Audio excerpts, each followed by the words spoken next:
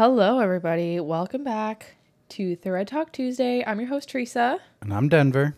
And today's topic is going to be messy as mud.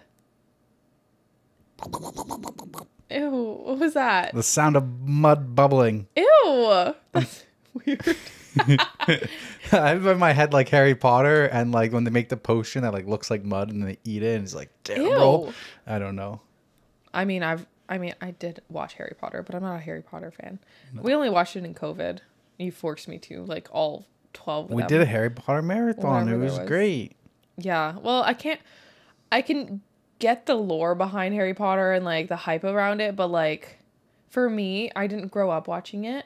So it wasn't like nostalgic for me. Oh, whereas like for you, people who grew up with it, it's different, I feel. But if I like watched it growing up, I think it would be different. But okay, before we get into it, I have like a burning question to ask everybody. What's that?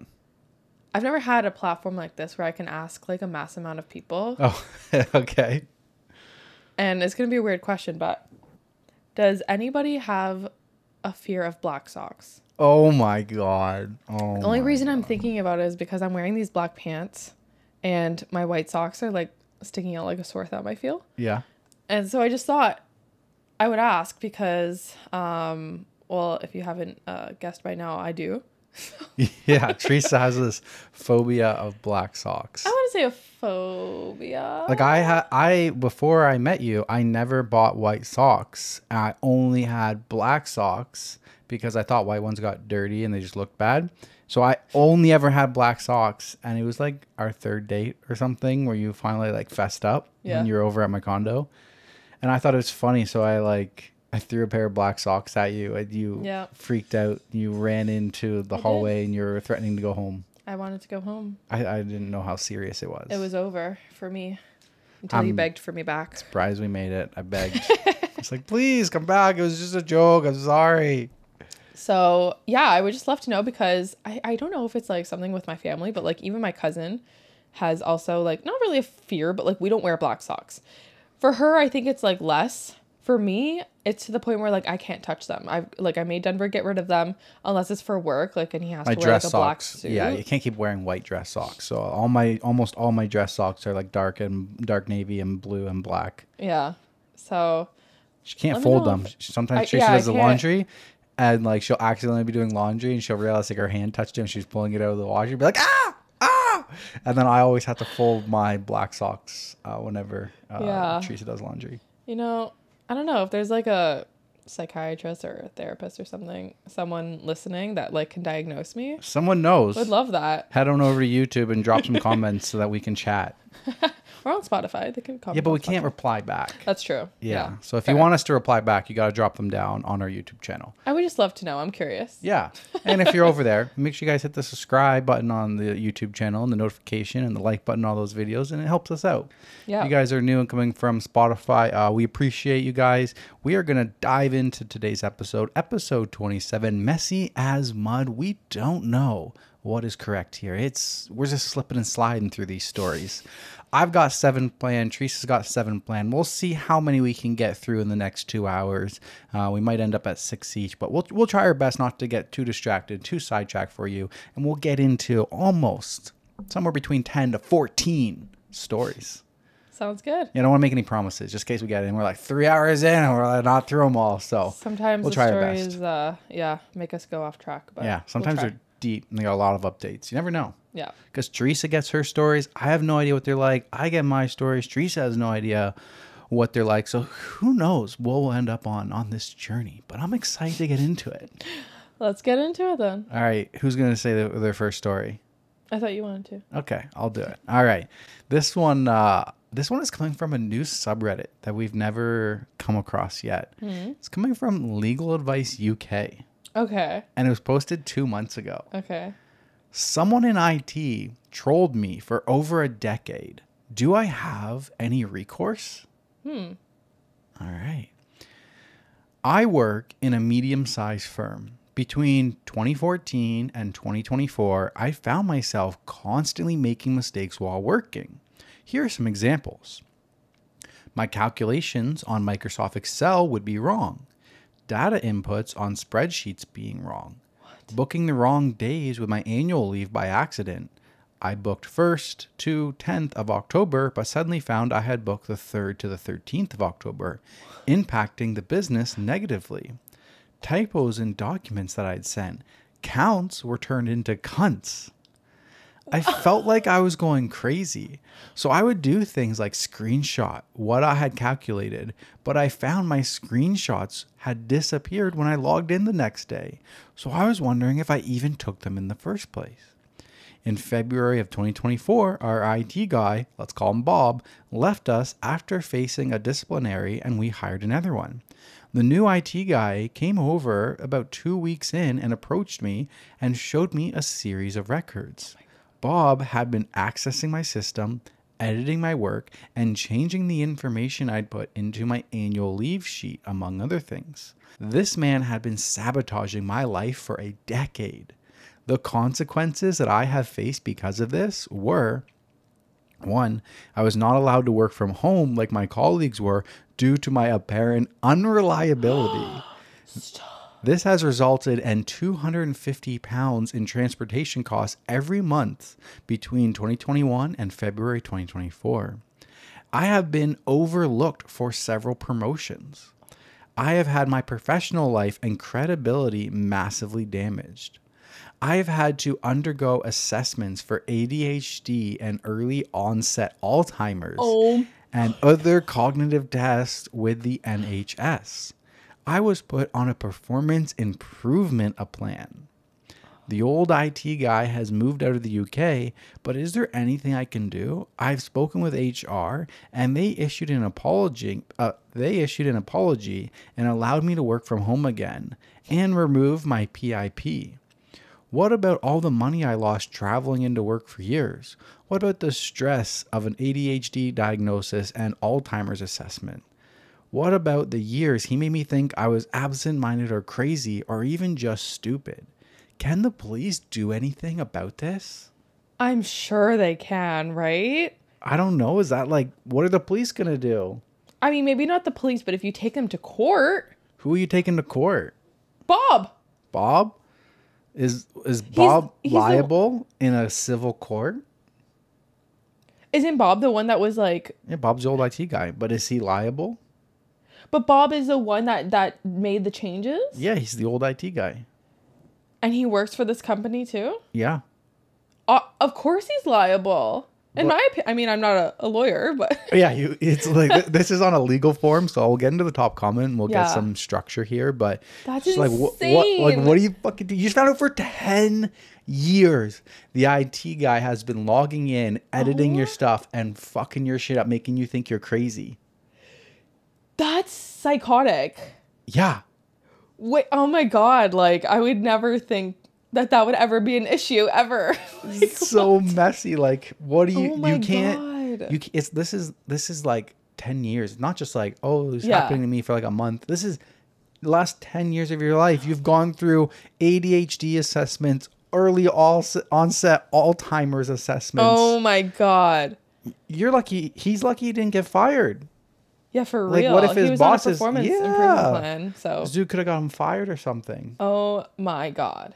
Yeah, I mean, I think if he got a lawyer, I mean, before you read the legal advice that they're giving, if he get a lawyer, I think like he can add up like how much compensation he would be owed. Like if he got that promotion, all like the travel time, the assessments, legal damage, like, or what's it called? Like just for your well-being. I don't know. Isn't there like compensation for that? Right? Like you could have got promotions. You've been traveling, you've been dealing with all of this stuff. I'm sure presentations getting messed up. Yeah, I'm sure they would come up with a number that he would like sue him for. So what? Say you're Bob, you're the IT guy, and you've just been messing with somebody's work, and then for 10 years later, you find out you have $1 million lawsuit against you. How are you going to pay that? He sues Too Bob. Fucking bad. He sues Bob. Suing someone is only as good as if they have the money to pay you. What if Bob doesn't have the money to pay you? Then what happens? Well, take him for all he has. That's kind of like messed up, though. Would he be legally obligated or legally on the hook? Because what he did was just performing work at his company. He was performing shitty work, but it was It was purposeful. It was intentful. I know, but where's the law stand on that? I don't know. Tell us. I don't know. Top comment. Don't diminish this as trolling. The man did actual physical and financial damage to you. Find an employment lawyer and tell them everything. Your ability to contact the culprit is immaterial. Your claim should be against the company. Okay, good point. I would think it would be about the company, because the company would have a duty to make sure that you have a safe work environment. Yeah. And another one of their employees has been ruining your life for 10 years. That's true. And the company never knew about it, never did anything about it. Yeah. I'd be suing the company. Yeah. I'd be like, you let this happen to me. You let that IT guy, his work go unknown. I would be suing the company for all the stress, the missed promotions, all that stuff. I feel like would be on the company. Okay. Yeah, that makes more sense. I feel like the company would be liable. Second top comment. Employment lawyer, I think. Check your house insurance to see if they will pay for it. House insurance? This is UK, so maybe some of these terms I don't know, but that's what it says. My question is, what else has Bob been up to, and why did the new IT guy notice it? If you are in a medium-sized business and there is 500 to 1,000 plus staff, why would he notice changes on various different systems over a very long period for just one person? Mm-hmm. He wouldn't. He's been told to look for what Bob has been doing, I bet, to a lot of other people. That's what I was thinking. Like, how many people has he done this to? We class action lawsuit against the company for Bob messing with everybody. OP replies to this and said, Bob had assaulted another woman on the premises and was dismissed without being allowed back in, screaming at her and gross unprofessional behavior. He had left a significant amount of evidence of his trolling behind. He had tried to chat me up when I first joined the company. I refused him, which is why I think this started. Sorry, by medium-sized business, I mean there are about 30 of us. I'd consider anything 20 or less to be small, but that's my own definition, and I might be wrong. So is OP a girl? Or, like, Bob is a guy, and there's, like, sexual, like, harassment, kind of? Like, she declined him, and he's like, I'm going to fuck with that person? I don't know. It doesn't say anywhere else. Well, yeah, that's what I was thinking. Like, what is Bob, like, gaining from this? Yeah. But I don't know if it's, like, vengeful. I don't know. That's so weird, though. 10 years. That's messed up. Yeah. One of the OP comments, someone said, where's Bob now? She's like, he's either in Canada, Ireland, New Zealand, or Australia. He's gone. Maybe he's in Canada. We don't want him. Wow. How can he get another job again? He's done. I feel like you're done. I mean, or you just hide it.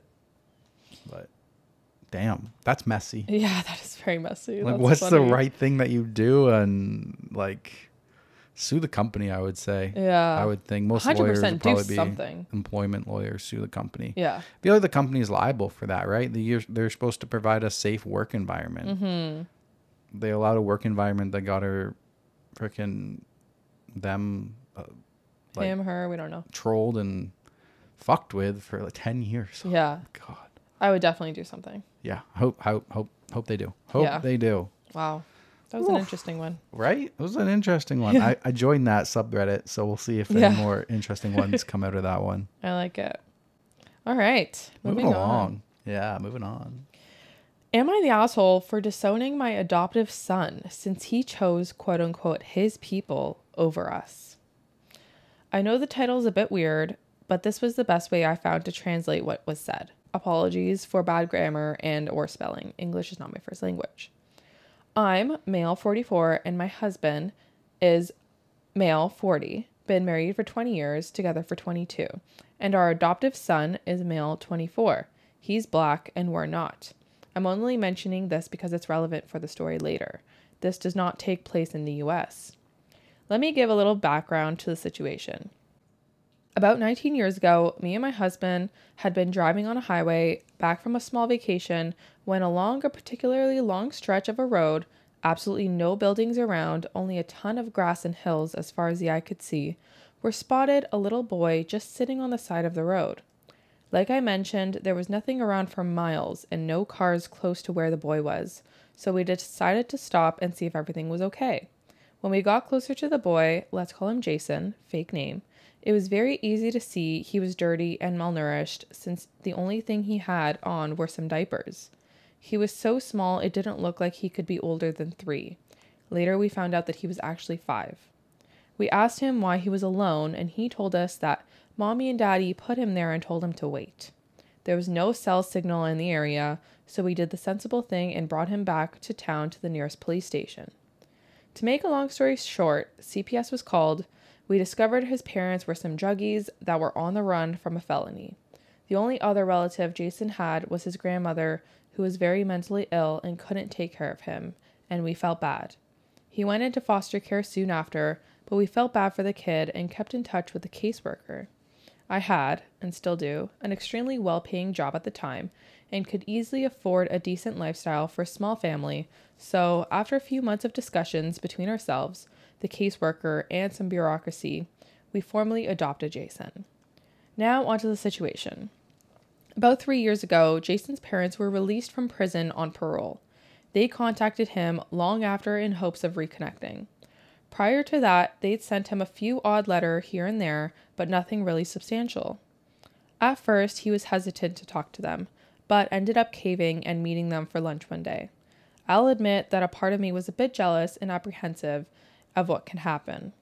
But I could see that it was really something that my son wanted to do, so for his sake, I swallowed those and supported him through it.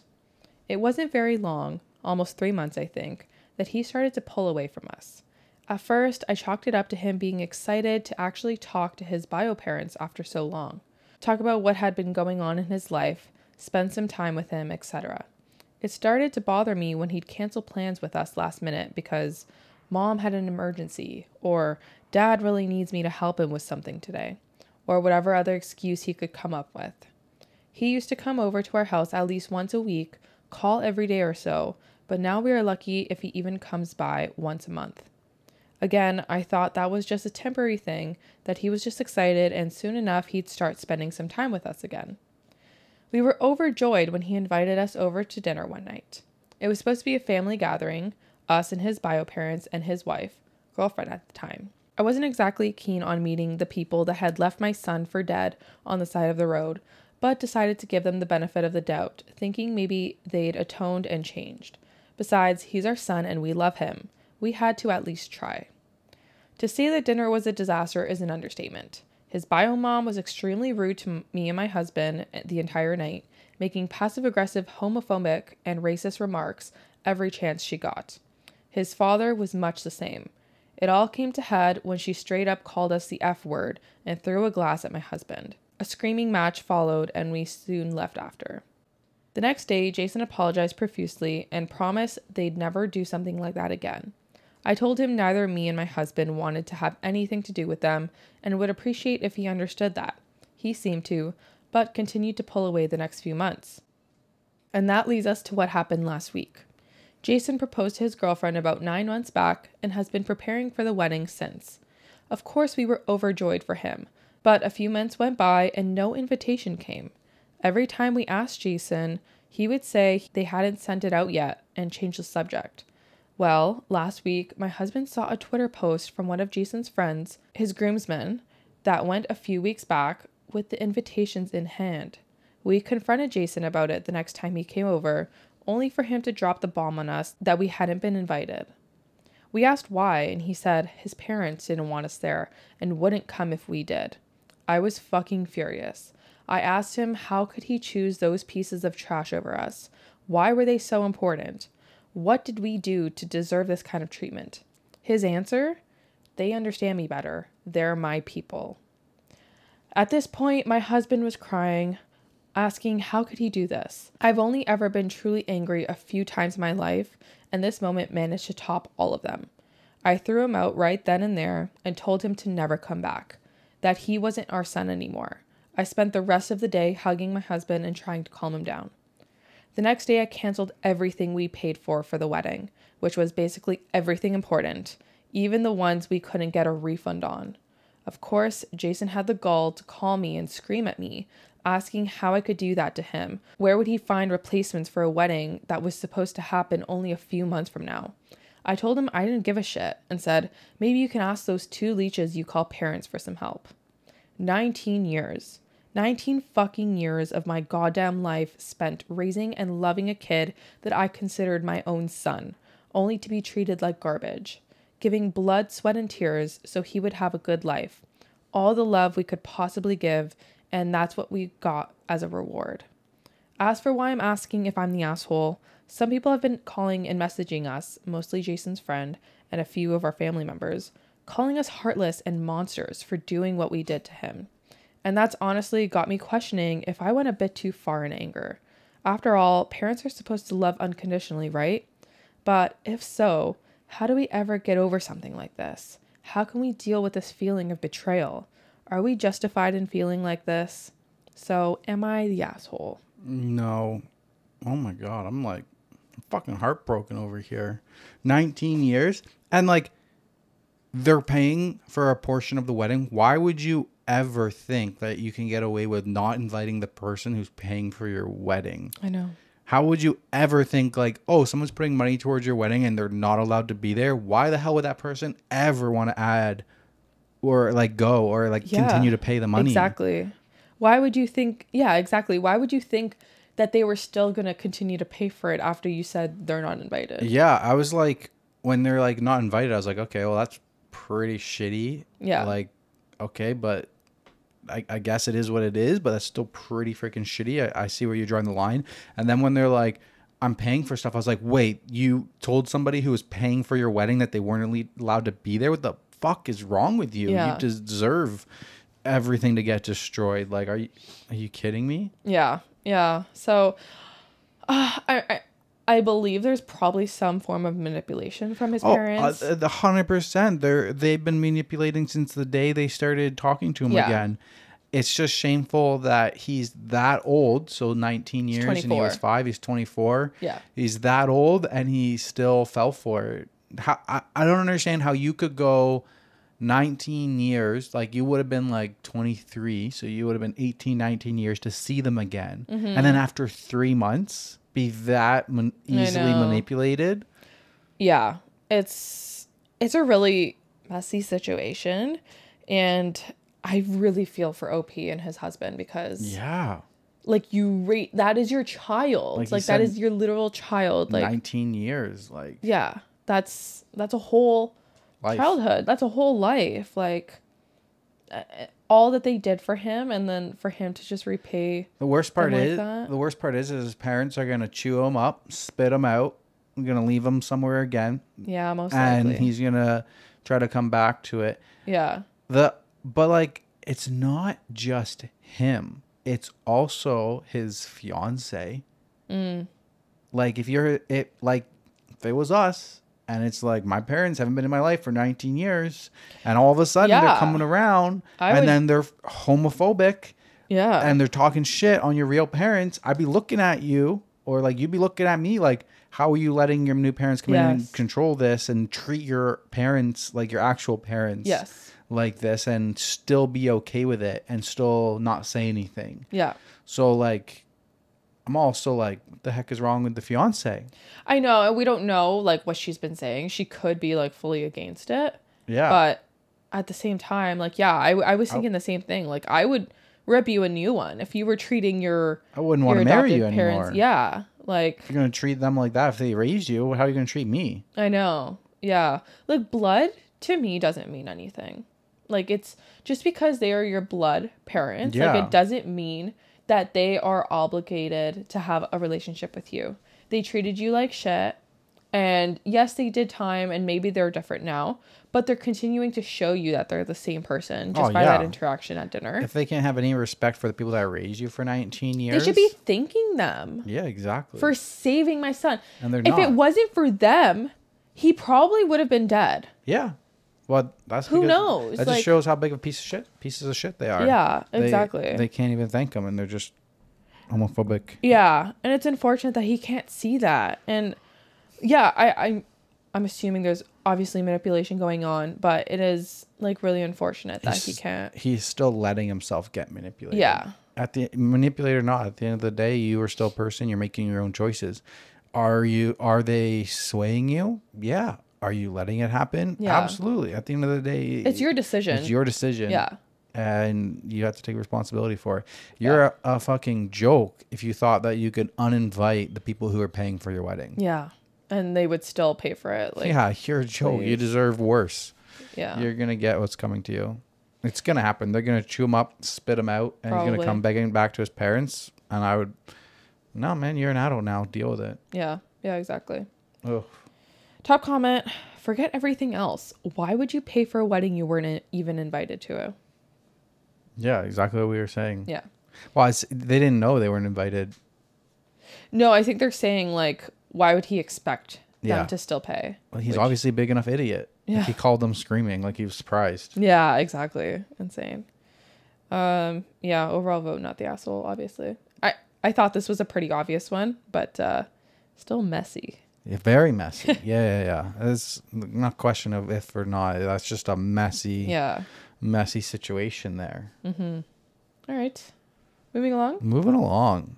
All right. This one was originally posted in True Off My Chest. I had a baby as a result of an affair, and now his wife is reaching out to me. All right, trigger warnings on this one: infidelity, past abuse, mentions of abortion, deadbeat father, coercion, and manipulation. This one was originally posted January 28, 2024, so it's pretty recent. I, female 26, had an affair with a married man, male 42, a few years ago. I had no clue he was married when we first met and hooked up. I obviously looked him up on social media, and while he did have photos of his kids on there, there was absolutely no mention or photos of his wife at all. I found out that he was married after a month after we've gotten together, but he told me it was just a marriage on paper and that they basically lived separate lives and agreed to remain married for practical purposes until the kids were older. They owned a business, which she ran, and he was just financially involved in. I knew at the time that I probably shouldn't believe him, but I convinced myself it was true. I was in my early 20s and so attracted to him, and I guess almost infatuated with him. He made me feel so good, and I know now that I should have ended it immediately, but I didn't realize what I was getting myself into. I was addicted to all the attention he gave me, the great sex, and the places he'd take me. I felt special, but I was so naive. I got pregnant about a year into seeing him. I had always been so careful with preventing pregnancy, but during my relationship with him, I took stupid risks. I was so high in lust with this guy, it's embarrassing. The things he'd ask me to do, I would say yes to almost anything, even when I knew it was a bad idea. I was in love with him, or so I thought. I hadn't intentionally wanted to get pregnant. I, of course, would dream about being his wife and having a family, but I knew that wouldn't be a possibility while he had this arrangement with his actual wife. I didn't get pregnant on purpose or with any intention of him leaving her for me, even if I wished that would be real, even if I wished that we could be a real normal couple. I was surprised by how excited I was to be pregnant with his baby. I wanted that baby once I found out I was pregnant. The thought of carrying this baby for a man I love was so special to me, but I knew he probably wouldn't feel the same way. I told him I was pregnant, and he told me I couldn't keep the baby. I expected his reaction, but I was devastated, and it hurt me to my core that he didn't feel the same way that I did. He offered to pay, to make a whole weekend of it, and somewhere exciting, and to buy me something special if I would just please get rid of the baby. He explained that he didn't want any more kids and that he couldn't openly be a father for another kid when he and his wife were still pretending to be happily married to the outside world. I agreed to do what he wanted, and we made plans for him to pick me up and find somewhere out of town to go to get it all done. I was packed the night he was going to pick me up, but I started to feel really scared and really unsafe about the whole thing. I took my bag and I checked myself into a hotel to hide because I couldn't go with him. I texted to say I promised to never contact him again and to never name him as the father or go after child support if he'd promised to leave me alone. At first, he tried to sweet talk me into doing what he wanted. When I didn't cave in, he said some very nasty things to me and that I essentially should never contact him again or show up at his door. I now have a 2-year-old. At times, it's been difficult, but overall, we are thriving as best we can. I have kept my word about not naming him as the father or requesting child support. His wife contacted me on social media. Well, his ex-wife now. She wants to talk to me. She found out about me and told me that she divorced him 6 months ago. She wants her children to know their sibling and for my child to know his siblings. But that's weird to me. I haven't responded back to her yet, and I'm unsure of how to approach this. How do I respond to this? I wonder if I'm being selfish for not exploring an option for my child to know his siblings, but if she's being genuine about that. If I was married and my husband fathered a child outside of our marriage, I don't think I'd feel the same way that she does. Yeah, that's a fair point. I don't think I would either. That was a little bit shocking to me. But at the end of the day, there's no right or wrong answer. It's whatever you're comfortable with. Yeah. Like if you're okay with it, sure, go for it. I don't think there's much harm that can happen, especially since she's divorced now. But if you don't want it to happen, you can also say no. Yep. But yeah, that's wild. I think it's good that she I feel like she had an inkling like something bad was about to happen.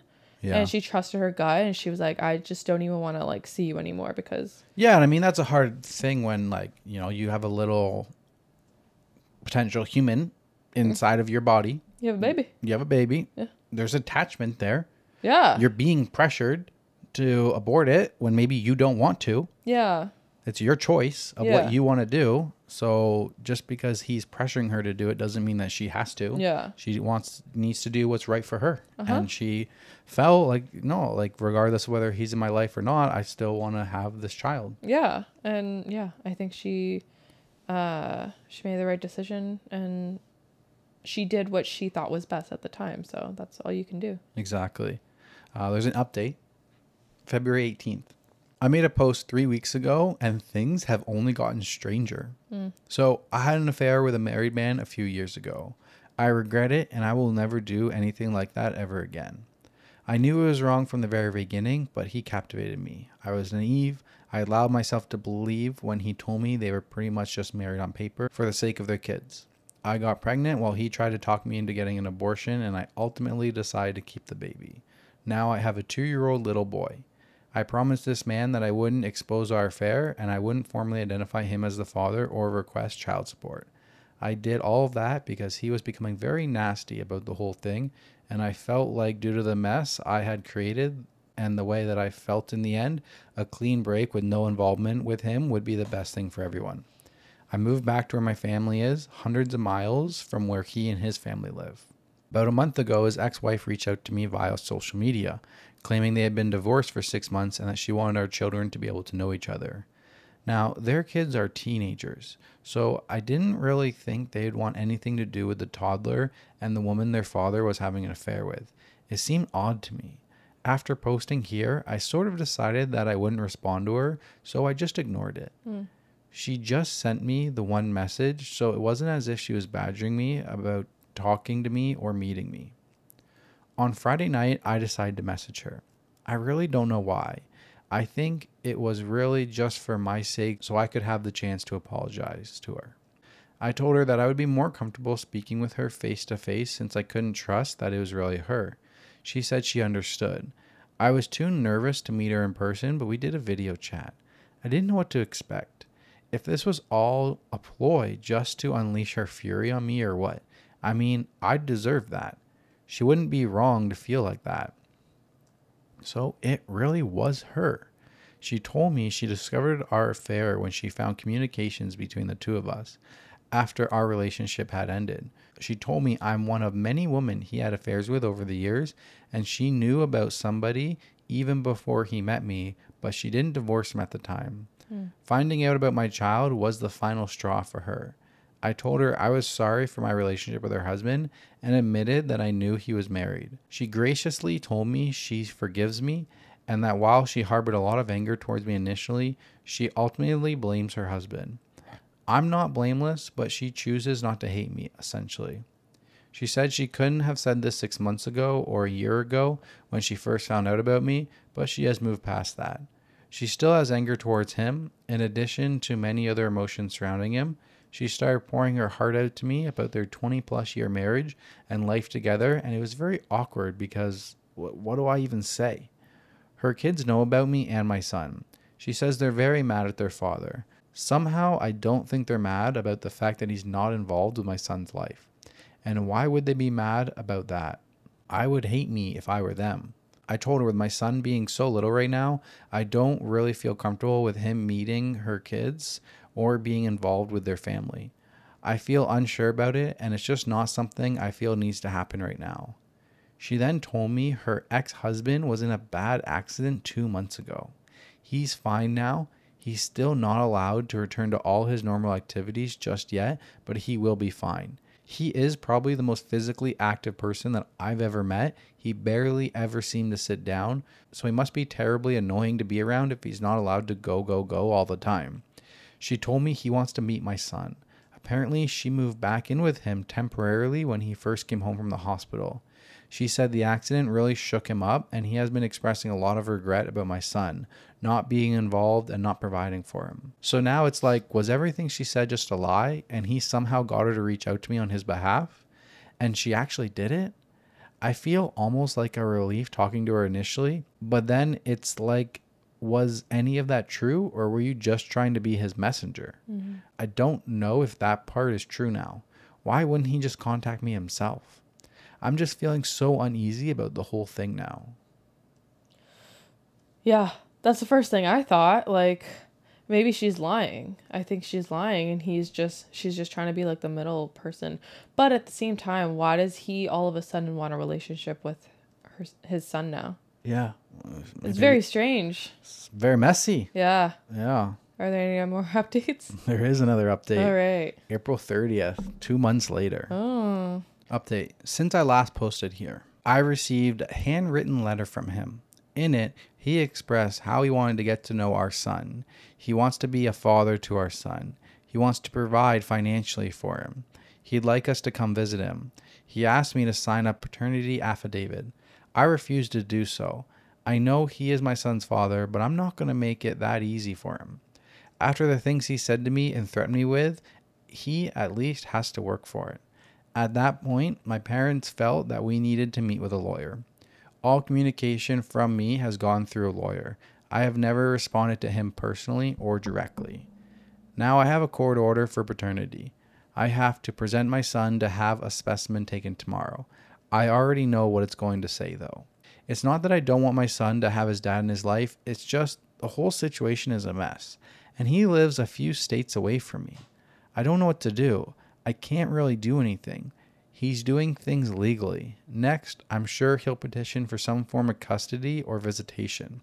He's not married anymore, supposedly, but he's a lot more established than I am.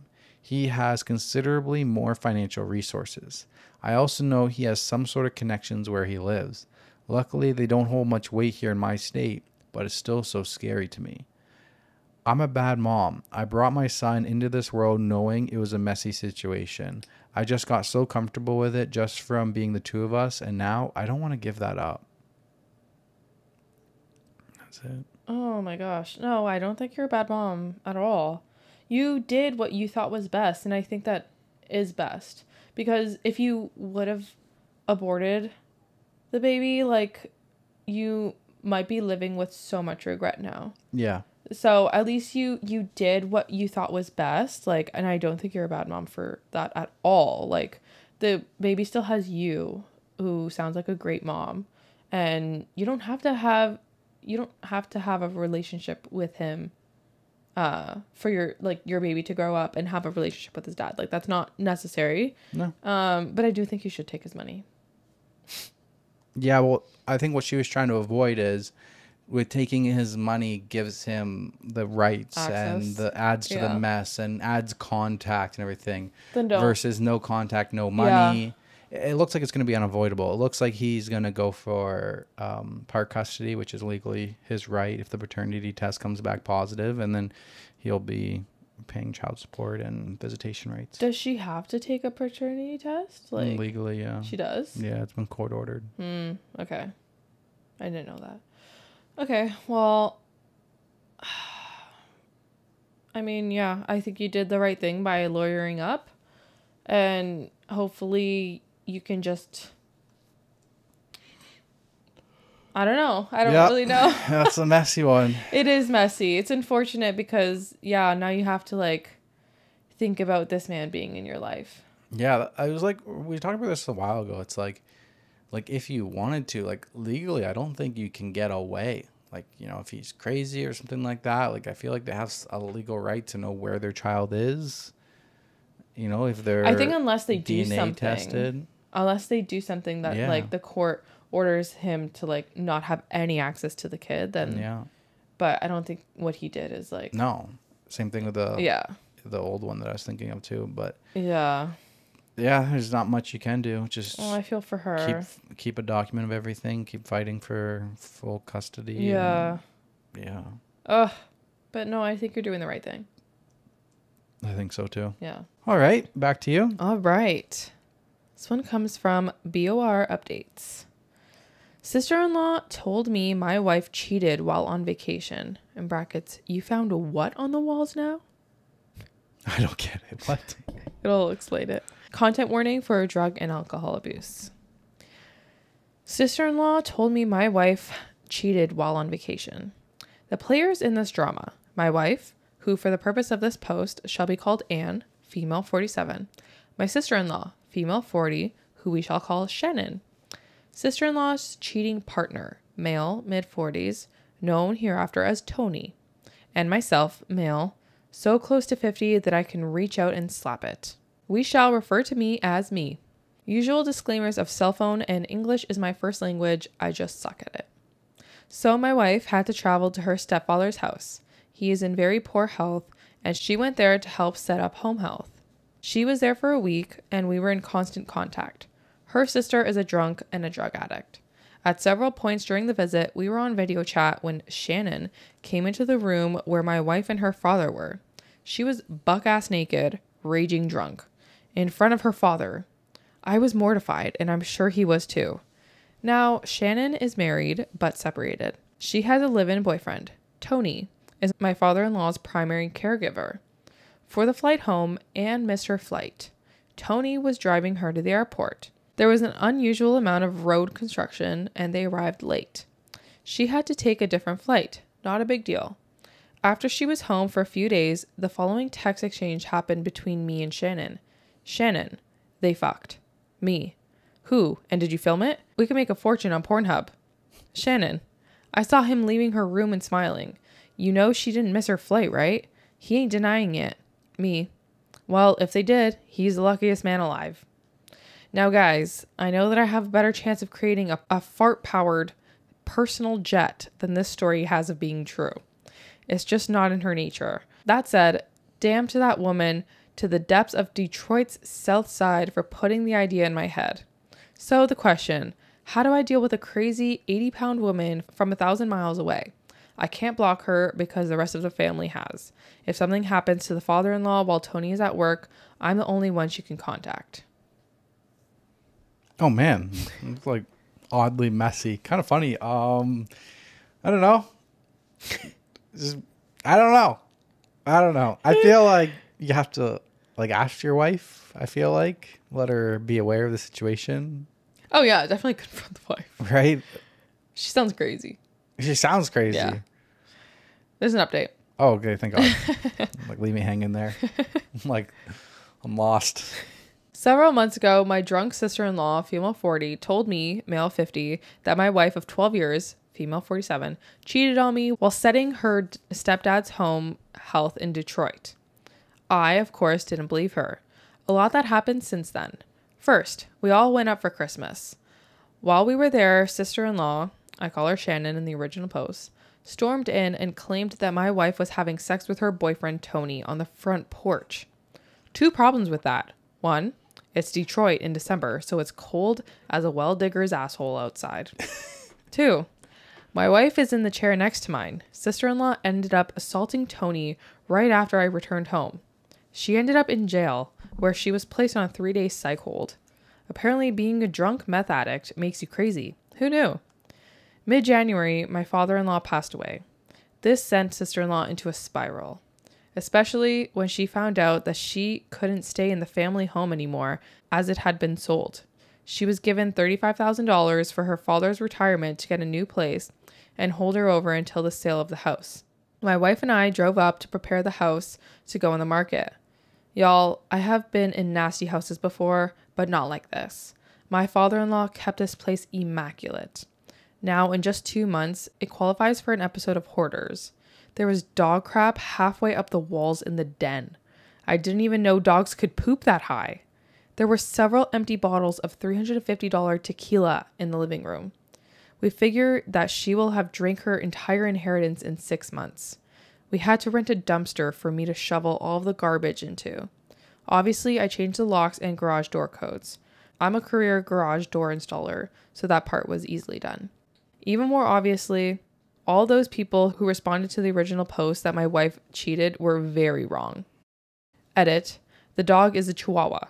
We assumed that it did its doggy business on the back of the couch since we had to move the couch to find out what was causing the smell. We can't take the dog because sister-in-law refuses to see us. Jesus Christ, it's so messy. Oh my gosh. Sister-in-law's disaster. Yep. Another update. Oh God. Okay. Let's get back into it. This is the final one. I mentioned in my last post that my father-in-law passed away. From insurance and his retirement, both of his daughters received $104,000 before taxes. We paid our taxes up front, leaving us just over $80,000. We really don't have much debt, so we put it all into our house. My sister-in-law, however, chose to accept a lump sum. In the update, when she had gotten the first installment of $35,000, I said she would have drank it all in 6 months. Apparently, I'm a very optimistic man. She has drank, shot up, and snorted the entire $104,000 in less than 3 months. Oh my God. Through most of the high times, she sent my wife incredibly awful texts claiming that her dad never loved her. Technically, it was my wife's stepdad. One of the claims she made was that if he loved her, he would have adopted her. Sister-in-law was too young to remember, but he did try. Her birth father wouldn't sign off on it. Anyways, she's out of money. My wife is getting around a dozen slurred phone calls a day begging her to let sister-in-law sleep on her couch. That is a giant hell no from us. We expect to hear any day that she has been found dead.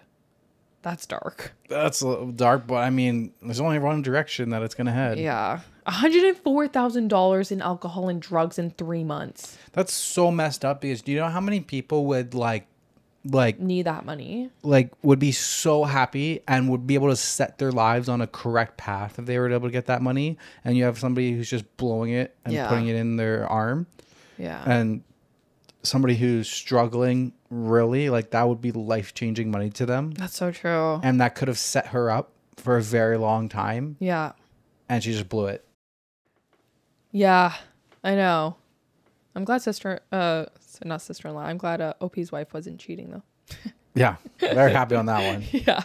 But yeah, I thought that was a good messy one. I was like, what is going on in this story? So messy. Oh my gosh. Yeah, not really any questions, but It was posted on relationships originally, so that's just a good listen. Good read. Oh man, whenever they say like sister-in-law, I'm always like, okay, is that like the wife's sister or like the brother's one? My brother's wife.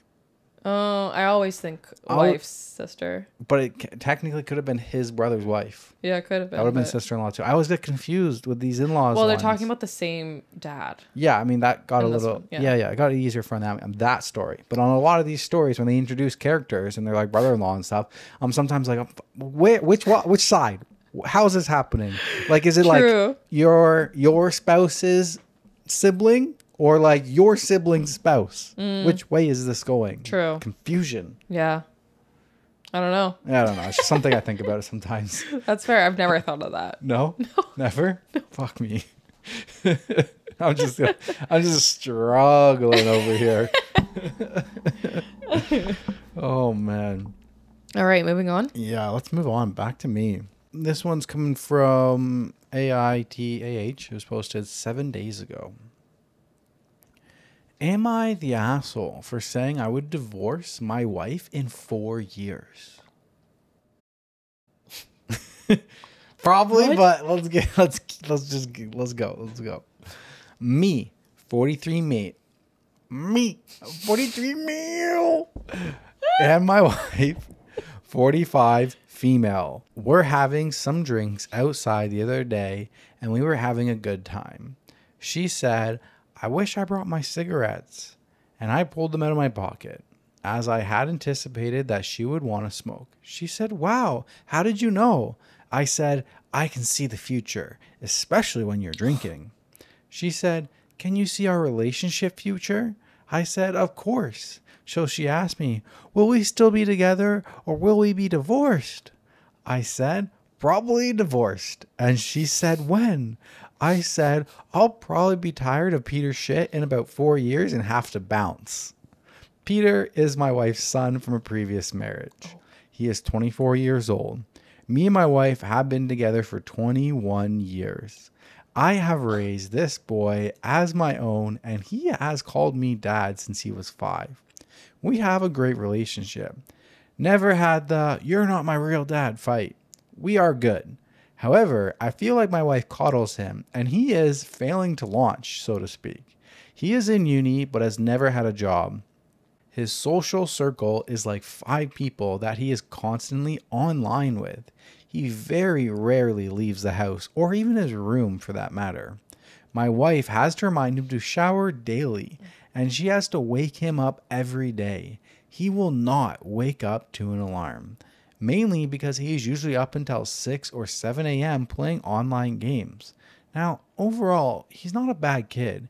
He doesn't drink, smoke, or do drugs. He is not an incel. He doesn't listen to Andrew Tate. He's just kind of a nerdy shut-in. My wife is happy to have him live at home forever. I am not. I'm very worried for him.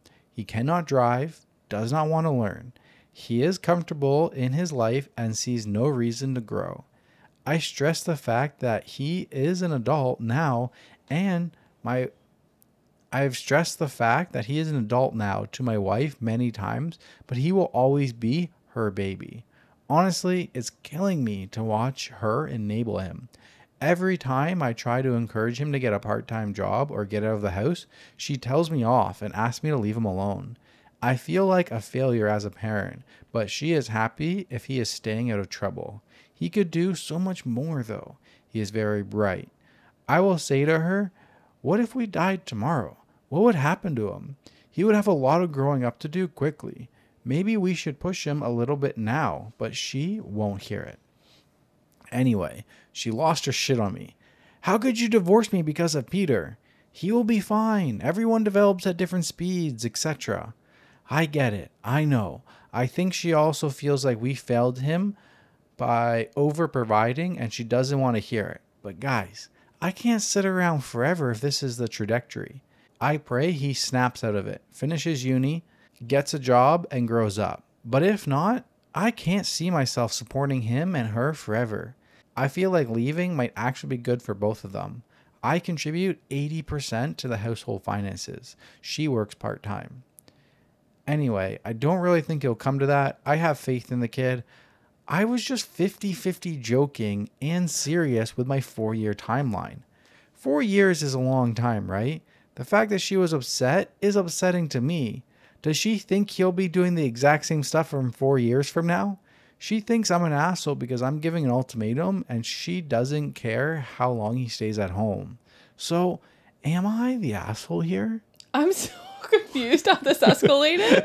Like, what? At first I thought he was joking, but then he started going into all the details, like why he actually thinks they're going to divorce. That was a roller coaster. And then he says I was 50% joking and 50% serious. I don't believe you. I think you're 100% serious. Right? Sounds like he's got a plan already. He's like, this shit's not fixed in 4 years. I'm out.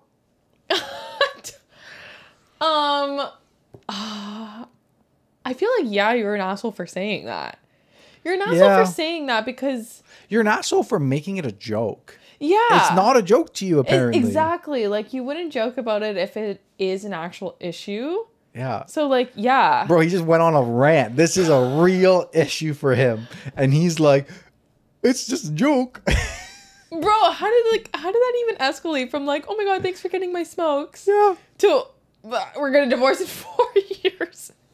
Because of your lazy son. She said, can you see the relationship of our future? No, I know. Our future's relationship. But still. And he's probably had this on his mind for like a while now. Okay, you don't say that. And he's like, this is my time. This is my moment. I'm going to lay down the best joke ever. No, not a good joke, bro.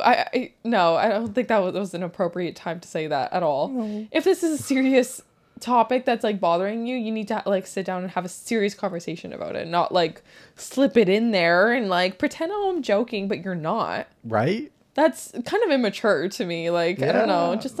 Just talk about it. Yeah, bro, you're the asshole. Yeah. You're not an asshole for feeling the way that you feel. No, I think that's fair. You're an asshole because you thought that was a joke. Yeah. Yeah, exactly. Like, yeah, I would also be really annoyed if like an adult. 24. 24! That's a year younger than me. That's your age. No, that's a year younger than me. Oh, man. That's crazy. Imagine you're still at home. No. Can't imagine that. No, but like, yeah, I do agree. Like, he needs to start pushing them. And yeah, everybody gets coddled too much. Yeah. You're supposed to move out at 18. He's like 6 years late. That's how I grew up. I grew up with that but that's not normal. Expectation, and that was reality for back then. Yeah, that's not normal. The age is getting higher.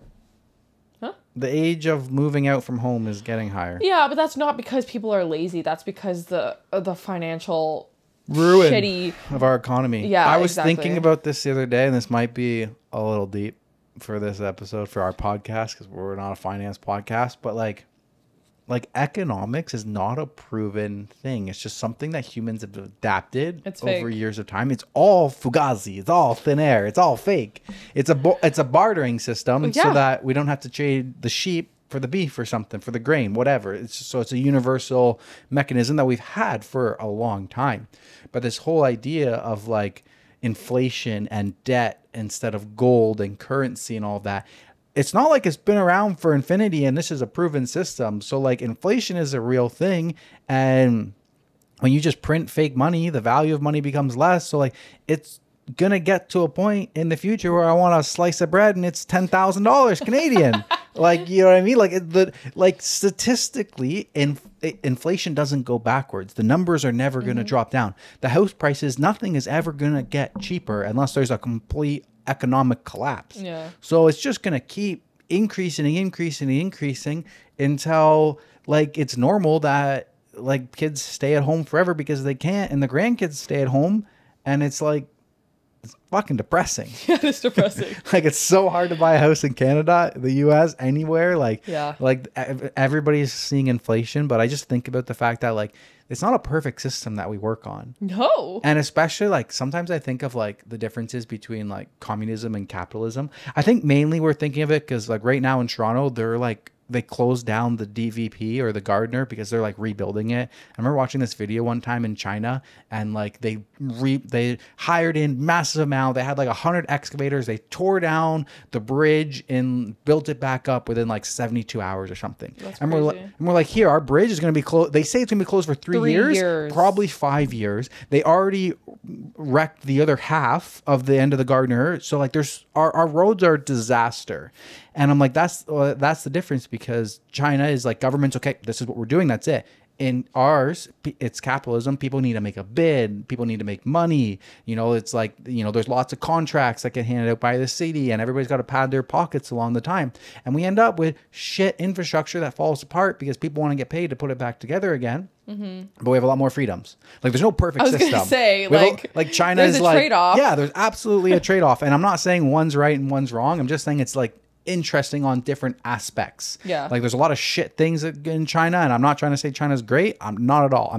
It's interesting to look at the different systems, and we have capitalism, and yeah, we have freedom, but then certain things where it's like you have to make bids and people have to make money and all of these things, and like everything takes so long to get done, where it seems like other people are living in the future. But then it just brings me back to, I'm like, inflation. I'm like, what's it going to look like in 100 years when like $1 is nothing? because it's not a proven system, and inflation is always going to keep happening. So eventually, I don't know. We won't be alive. Maybe we will. Well, I mean, everything is going to increase slightly, pushing but our canes along, living in a retirement system, we see just the buildings collapsing over there. We're like, oh, there it is, the economic collapse. Boom. What? How did we even get on this topic? I don't know. They're talking about like future and stuff. And does anybody else think about that? I think about that sometimes. Yeah, I do. But at the same time, for me, it's like at this point where we don't plan to procreate. So it's not really my problem. Well, yeah, but I mean, I'd love to buy a house. Yeah, no. Can't buy anything downtown. Buy an RV. It's okay. Yeah, that's all we can afford. That's all we can afford. Fucking RV. Can't buy a house or anything. Nope. Like, we make good money. You can't buy shit. Nope. Oh, yeah. Okay. I'm sorry I got sidetracked. I'll get back to my story here. Top comment on this. Some people have been saying we've been missing the top comment. So I'm trying because you get sidetracked like that. It's what it is. I don't know what to tell you. I try my best here. I'm not perfect. I'm a human. We try to get through a lot of stories. I got opinions. I gotta say it. Wrap it up. Okay, I'm sorry. Top comment. Here's some info for someone married to a Peter. My husband had a mom like your wife. He was always home playing games on his computer, and his mom loved that. She typed it with a lot of O's. Got it. Yeah. She could keep an eye on him at all times.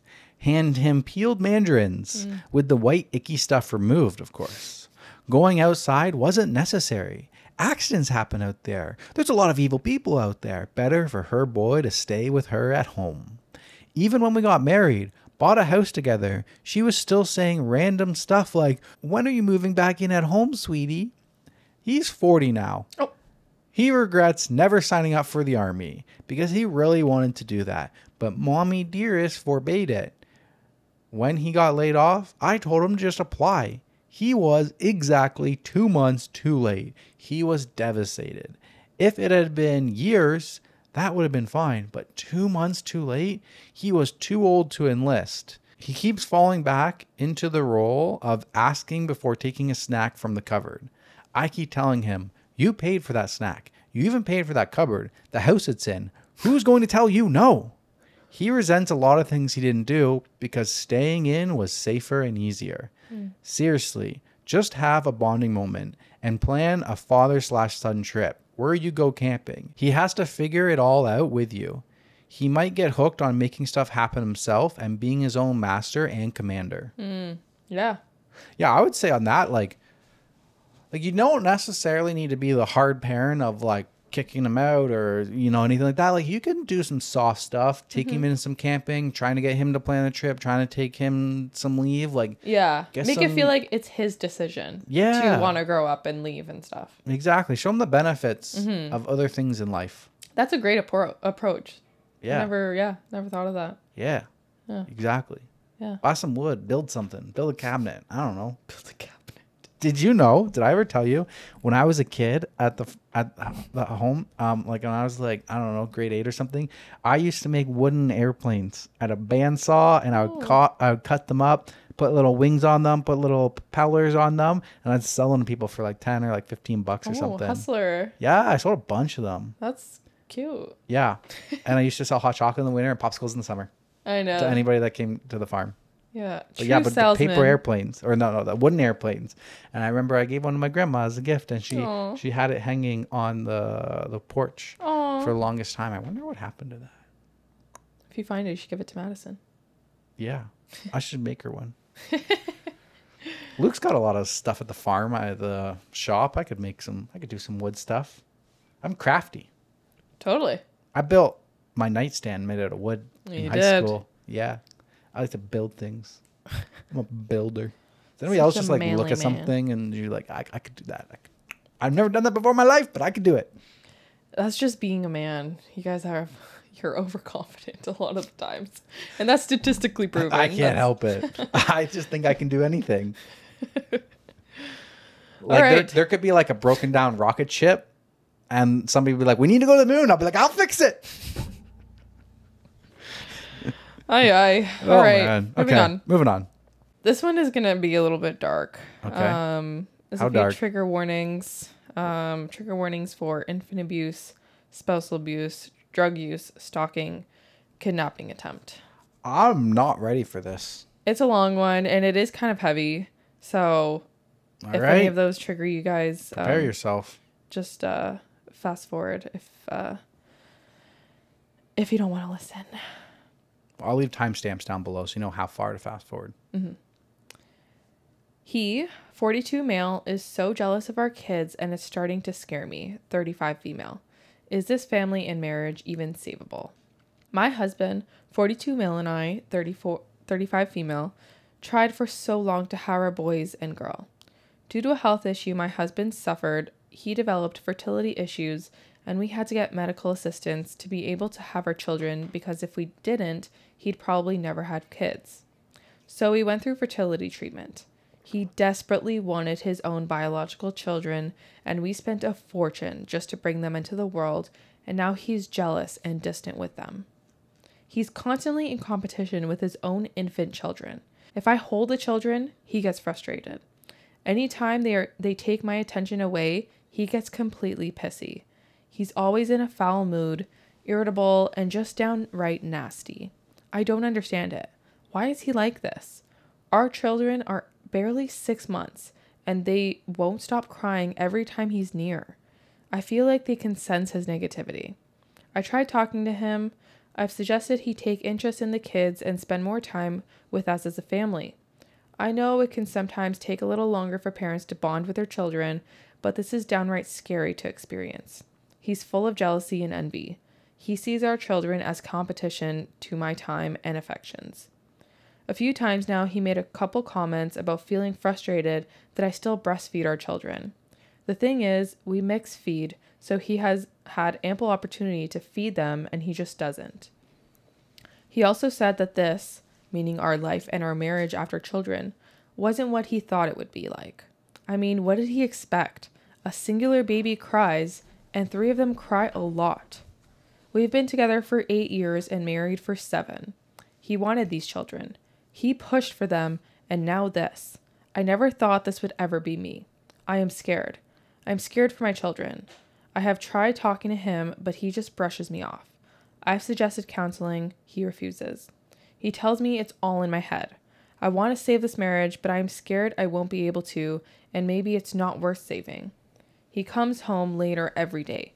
He avoids us on the weekends and any time he has off. I'm not ashamed to say that I went through his phone, and there are a lot of flirtatious texts between him and Jessica. I don't think anything has happened between them, but it sure looks like they are building up to it. I haven't said anything because I'm afraid. Where do I go with 3 children with no money and no family that can help me? I haven't worked in 2 years, and I've spent all my savings on these children. My mind is in a complete meltdown. I can't sleep, I can't think, and I'm always exhausted. What the hell happened? Is this him now forever? Oh my gosh, that's scary. There's a few updates. I was going to say, because we haven't really got into all those trigger warnings yet. Yep, it's coming. I feel like this is going down a dark rabbit hole. Yeah. So, first update. He's been pinching my babies.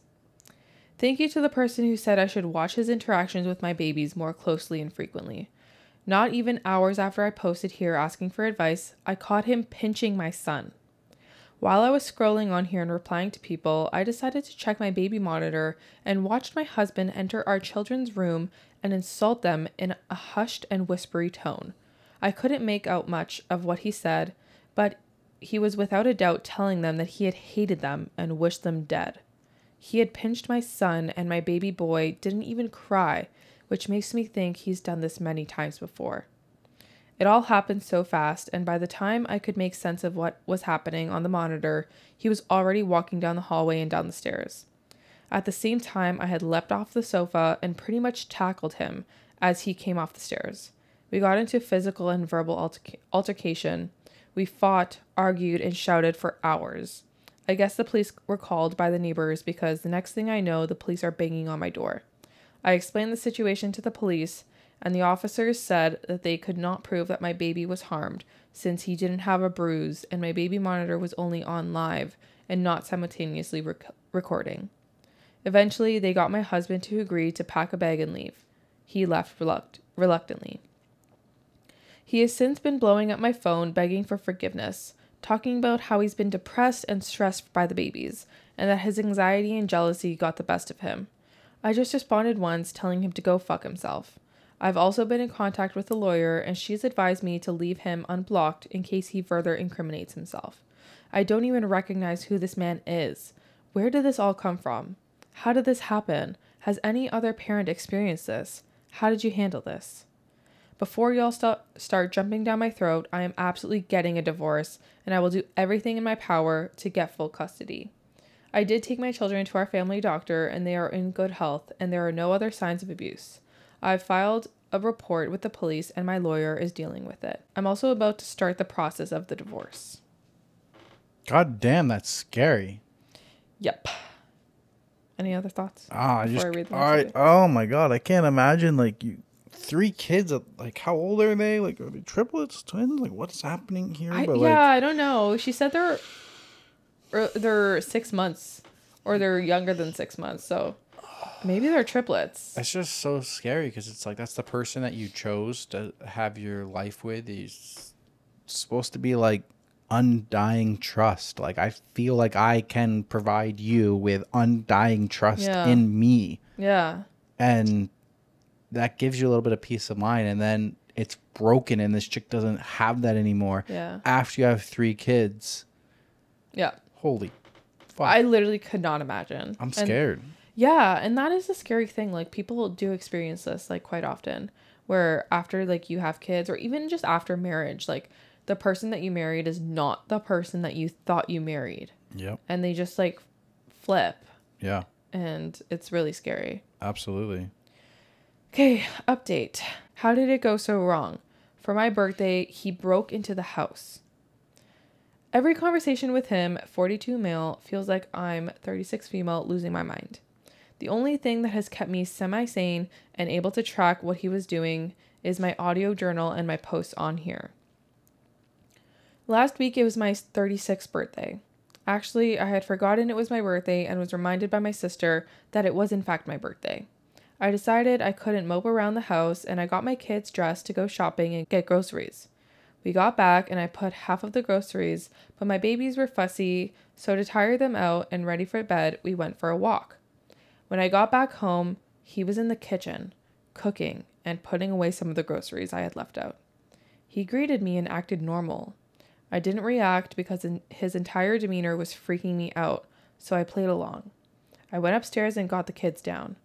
I did think of walking out the front door, but he was kind of anticipating it, so he was following me around, and I thought in the moment that the best thing I could do was to get my kids upstairs and away from him. He said he wanted to talk and clear the air because this has gone on too long. We had a long conversation, and it started out reasonable, but eventually spiraled out of control. We got into physical confrontation because I refused to let him stay. He tried to physically intimidate me, and he hurt me. While he was hurting me, I was still able to contact the police. It took them an excruciatingly long 20-25 minutes to get there. So here I am, sitting with 2 completely black and blue eyes, a busted lip, swollen face, massive knots on my head, and bruises all over. I don't know what happened to my life or how I got here, but here I am. I can't even look at my neighbors in the eye. I can't go outside without seeing the shocked faces of people. I have never felt so ashamed, so humiliated, so hurt, and so utterly stupid. I thought I made all the right choices in life. What did I do wrong? When did it all get so fucked? I mean, I think I did everything right. Like, I created a stable life for myself, then picked a man that at the time was a very loving partner. I married that man and waited 5 years before even going through a process of having children with him. And now, once I've had his children, he's just beating on me and our babies. Edit. My sister is now aware of what's been happening, and she is supporting me as best as she can. I have plans to move out, but since I'm not working right now, I need some time to save up. His family is also aware. His family has refused to believe that I saw him hurt our child, but they can't deny this attack now that they've seen my bruises. Also, yes, he was arrested, and he was bailed out by his brother. He's currently staying with his brother. Oh my God. Yeah. That's messed up. I almost started crying reading that, but literally, I'm just happy to bring like, I don't know, like awareness to it or something. Like you never truly know, but just trust your gut. Like, trust your gut, and like comes home, bro. Like, what can you do? I know. Like, do you turn around and run? I know. And then what? Your kids are still in the house. Yeah. Well, like, or they're holding your hands while he jumps on you outside. Like, what are you supposed to do? I know. It's really tough. There's another update. I say all of this without exaggeration. I am certain he was getting ready to kill us. After nearly 8 months of turmoil, I'm finally close to understanding. My soon-to-be ex-husband is in love with a woman he came across on social media, and he has been obsessing over her for at least a year. She also happens to be a sex worker, and he was paying her for her time and attention. In his mind, he believed they could have a future together if only he got rid of my children and me, even though this woman gave him no inkling that she even wanted to be with him. He has spent so much of our money on this woman. I'm at a loss for words that could accurately describe the situation. I can barely believe half of the things he's been up to. I've spent the past few weeks playing detective, and I finally decided to contact Jessica. This is obviously not her name, but I need to call her something. I contacted Jessica, and at first she was very reluctant to speak to me, but I literally begged her, and she was kind enough to get on the phone with me. She told me that she had been seeing him for a while, but she stopped seeing him because he started to scare her. He was sending her unhinged messages and voicemails. He had been stalking her and trying to convince her to be with him. Jessica eventually stopped seeing him and had him blocked, and I guess this is when he started to escalate from emotional abuse to physically abusing my children and myself. He was looking for a way out, and in his crazy mind, killing us would free him because the only reason Jessica wouldn't be with him was because me and my children were in the way. During our long call, I also explained to Jessica what he had been doing to me, and she was genuinely kind and helpful. She also agreed to speak to my lawyer and send them the thousands of unhinged texts, voicemails, and voice notes he sent her. For a little while after our conversation, a part of me genuinely hated Jessica and wanted to blame her for everything, but the rational part of me pushed out those unreasonable and dangerous thoughts, especially after I read his disturbing texts and heard his voicemails and notes to Jessica. She had also been victimized by him. Honestly, there is nothing like listening to your husband and father of your children talk about how you and your children mean nothing to him and how he wishes you were dead. He could have just asked for a divorce or just got up and left. I sent him a few texts asking him why. This was a one-time thing, and since then I've stopped all contact. Why do all this? Why torment my babies? Why not just walk away? He responded with a message saying any conversations between us should go through lawyers. His parents have him lawyered up. They know what he's been up to, and they've chosen to protect him. His father came to me and in a not so direct way suggested he could pay me if I stopped talking about what his son had done and was planning on doing. Ever since he broke into the house and pretty much tried to kill me, I've told anyone who'd listen what he's done. At this point, even his colleagues know. Like, holy fuck. Oh my God. Sorry, I know I said this was dark, but I think it's like important to bring situations like this up. I agree. On our podcast. I mean, we have a platform, and I think that as dark and hard as it is to listen, sometimes you need to listen, and awareness needs to be brought to. If we can like save anyone from like having the situation happen to them, like 100%. Yeah, I'm yeah. There's a final update here. Last week, Thursday, at approximately 2 a.m. in the morning, my husband of nearly 8 years was arrested outside of Jessica's house. The sex worker he met online and used to pay to spend time with him until he started to creep her out by stalking and obsession. When he was arrested, they found in his truck small baggies with drug residue, and they also found tools of abduction. I honestly do not know what these were exactly. My soon-to-be ex-father-in-law called me around 4:45 a.m. to tell me that his son was arrested. My father-in-law was the only one who used the term tools of abduction. When I asked him what the hell that means, he said he didn't have time for my interrogation tactics. He then asked if I could help them find a lawyer for him and to stand by his son throughout all of this. When I said to him, how the hell am I supposed to find a lawyer this early in the morning? He lost his shit and then was just screaming. My soon-to-be ex-mother-in-law took over the phone, telling me that I'm a goddamn bitch and that this is all my fault. I hung up before she could say any more. I never knew this man to take drugs. Sure, he drank occasionally, but hard drugs? Honestly, I don't know what's happening anymore or how I got here. I mean, it does make sense that he was on cocaine in the past 7 or 8 months now that I look back at things. I mean, I don't even know anything about drugs to be able to recognize the behavior pattern, but once I researched it, it seemed clear.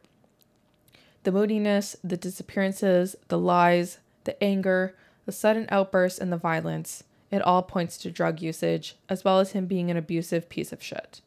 His parents and the rest of his family had called and texted me so much abusive shit, and they occasionally switched to begging me to go see him or pick up his calls, but I've mainly ignored them.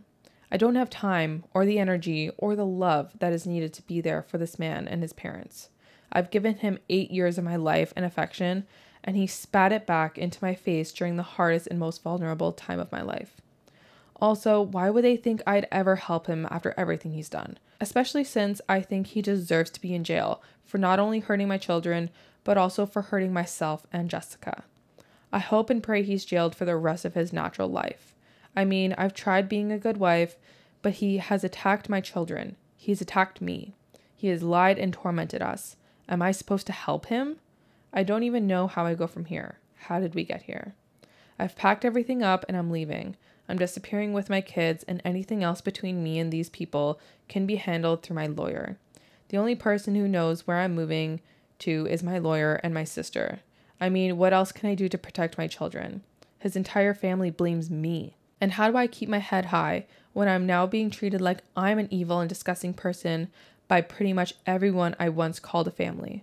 These people are trying to destroy me inside and out, and I don't know how to survive them. How am I supposed to rebuild my life when they won't stop tormenting me? In less than a year of their birth, I've managed to fail my children. And that's it. My God, it sounds like the kids were twins, but this is... Oh my... Why is it always that, like, the family person's... the person who's crazy, their family, like, sticks up for them? Yep. Like, I would take the... I don't know. Maybe I would take the father-in-law's money if I needed it. I wouldn't want to, but if I absolutely need it, I would take it and do exactly what she's doing. Run, split, never tell them where I live, get away from them. Mm-hmm. That is true. Like, maybe she could just do both. She said that she drained her savings with the fertility procedures and stuff. Mm-hmm. So it's like, at first I would be like, cut and go. But if you need the money, like, and it's okay, stop telling him about it. Okay, like, give me the money. How much is it? 50 grand, 100 grand. I'm out. You'll never hear from me again because I never want to have any contact with you. And that's what I mean is, like, how far does somebody need to go when you have kids involved to the point where you can, like, move to another area and not for them to not know where you live? Yeah. I know. Sounds like this dude's fucked because he was getting charged with her assault, mm-hmm. and then he was out on bail, mm-hmm. and then he got arrested again while he was out on bail. This dude's fucked. He's going to jail now. Hopefully. He's going to be in jail for a while. Yeah, I hope so. He's not going to... He deserves it. He won't get bail again because you already did something wrong while you're out on bail. So you're not going to get bail the second time. Mm. You're going to be deemed a risk. So you're going to stay in jail until now you have 2 court dates to go through. Good. For 2 different charges. Even if he's in jail, like, I would move away from that family because they're 100%. Freaking crazy too. If they're still supporting him after honestly, everything. I wouldn't take the money. I would be scared. I know. I would talk to a lawyer, be like, can I legally take this money without any repercussions? Can I take the money and then can I get the hell out of here and they never know where I am? Can that happen? Yeah. Like, it'd be a last resort to take the money, but like she said, she has no savings. So, like, if they're offering you money to stop talking about it, I'm not saying that she should be silenced. I absolutely don't think so. No. I just mean, like, if that's her best option for her to have a better life and get her kids out of there and get away, do both. Do what you need to do. Take the money and don't, like, and still, what's the word? I don't know. But if it's like take the money and you won't go into court and testify against him, then absolutely not. Yeah. Testify against him. But if they just want you to stop talking to the neighbors about it, type of thing, all right, sure. But like at the end of the day, like make sure he's fucked. That's so, like, it just kind of shows you that like the downward spiral, like mental spiral. Some seemed like he was a stable person for 8 years. Yeah, didn't show any signs of this before. Was it the kids, or was it actually the drugs? What drugs? She doesn't know. Like, what drugs was she doing? Like coke? Maybe it was something worse. I think she said coke. Maybe it was something worse. Like, who knows what was in those drugs? Was it tainted? Was it just coke? Was it something else? Like, was he on meth? Like, who knows? And like how much of a mental spiral those drugs had on this guy, that he went from seeming like a normal person and just spiraling within a year down to this absolute craziness. Yeah. And then also like touches on a little bit on like social media, and like that's a scary fucking place of like he's infatuated over that girl I saw on social media, like stalkers and shit. Like, yeah, social media opens you up to like fucking crazy people, man. Yeah, I know. I'm just glad he's in jail now, and hopefully he stays there. I hope so. Yeah, I wish we had another update, but I hope OP is doing okay, and Jessica and the kids. But yeah, I hope she was able to cut and get away and go somewhere very far. Yeah. Top comment: holy fuck, this is terrifying. Fuck the utter garbage that is that family. I wish OP all the luck. Oh god. Yeah, same. Absolute trash. Yeah. Just trust your gut. Yeah. Always stay safe. Don't let your spouse control everything in your relationship. Always just make sure that you have other people too to support you. And your own means. And your own means. Exactly. Like, this could happen to literally anybody. Like, no one expects that this will happen to them. No. But it does happen until it does. So keep your faith in your own hands. Yeah. Your fate. I would just always, like, if you can, keep funds for yourself. Yeah, absolutely. Like, don't always rely on your partner financially. Like, I just think that is, like, always it doesn't end well. No, like, it can work for people, but sometimes it can't. So like, even if like you're the stay-at-home mom situation, like have an understanding, even if he's the sole income provider, that some of that income is yours and you're going to be moving it every month into your own account to do what you want. So, and have credit cards in your name, have, line of credit in your name, have everything set up. So like, worst case scenario, like you have access to funds to get away. Yeah, exactly. Because you never know. Yeah. Like, and we've talked about like stay-at-home moms, relying on their partner's income and stuff like that. And I think that's completely fine, but like, I think the best course of action is to have an understanding with your partner that even though you're providing, like, I still need a fund for myself and my own accounts, your own accounts. Like, just always talk about that first before. Yeah, make sure it's open. Yeah, because like, I'm not saying that you should steal from your husband because he's the home provider. I'm saying it should be an open conversation. He should be aware that you have your own money, you have your own accounts, you have access to everything. Yeah. And if he says no, that's a red flag for you. If he's like, I'm the only one that controls money, that's a red flag. You should be questioning, why is he the only one that controls money? Like, you should be allowed to have your own credit cards, a line of credit. You should be able to move money out of the joint account and put it into your personal savings account. Yeah. All that stuff. Yeah. Sorry that got really dark and deep, but hopefully we can bring awareness to this, and maybe we can move on with a happier one if you have one. I have a happy one. I got a little bit more of an upbeat one. Okay, good. Yeah, I'm not gonna say it's happy because it is what it is. Yeah. But this one's a little messy. It's This one's coming from Am I Wrong? It's posted 7 days ago. My fiance left after I refused to play her games. I, 26 male, and my fiance, 27 female, have been together for 15 months. I proposed to her on her 1-year anniversary. For the most part, things have been great. We laugh, we have good times, been there through rough patches in the past, and now again today. She has a habit of when we get into an argument, she gives me the silent treatment and ignores me, pushes me away. In the past, she has even collected her things and left, saying we are over, just to come back a day or two later. The thing is that when we argue, it's always her starting an argument over things that I feel aren't significant, or definitely not to the point that she escalates it to. One example is back when we were together for about 2 to 3 months, she was spending the night at my place and we were watching a movie at about 10 p.m. I had to work the next day at 7 and she suggested I go to sleep so I would be well rested for work. I told her I wanted to finish the movie, and that somehow escalated into her leaving in the middle of the night to drive off and sleep somewhere in her car. I tried to get her to stay and even offered to sleep on the couch so she could have the bed, but she refused. I tried chasing her in the past, and she has even told me that when she gets upset, don't let her go and leave her alone. I've expressed to her how badly it makes me feel when she does this, how it's stressful and how taxing it is on my mental health to always feel like I'm at risk of losing the love of my life on any small argument. I feel like she does little tests and games to test my loyalty and commitment to her, which I don't think is healthy. Now, to last night. She moved in with me 2 weeks ago, and it just so happened that the job I'm currently supervising in construction is 2 hours away, so I've been away all week. It sucks, but it is what it is. The job should take about 3 to 4 weeks. After being away from her all week, all I wanted to do was come home and spend time with her. When I got home, everything was good. We were both happy, laughing and playing around. But suddenly, about an hour after I got back, she asked me if she could have $20 to go shopping.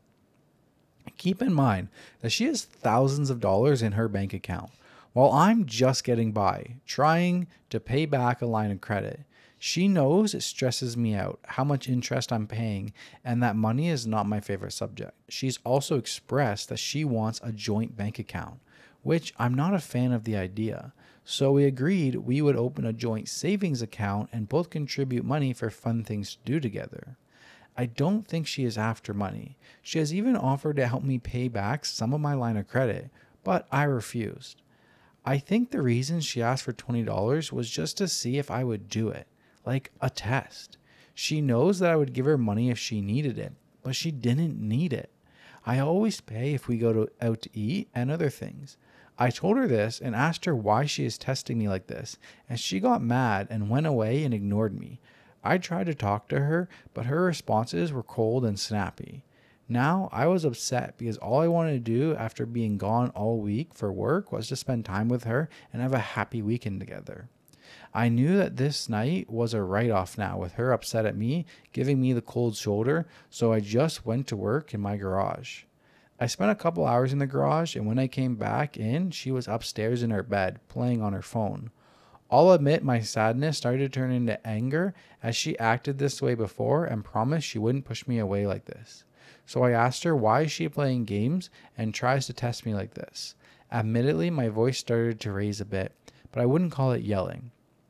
She told me not to yell at her, so I lowered my voice a bit and apologized, but told her it's very frustrating when she keeps acting this way. Things started to escalate, and I told her my concerns these games were having on my mental health. My dad was bipolar and committed suicide when I was young. At some point during me explaining how her pushing me away and testing me affects my head, she let out a giggle, which made me angry, so I just started to get up and leave, at which point she grabbed onto me to try to stop me. I resisted a bit and escaped her grasp, and then she tried to act like I hurt her, which I believe was also not true. It was her trying to make me feel bad, and I told her so.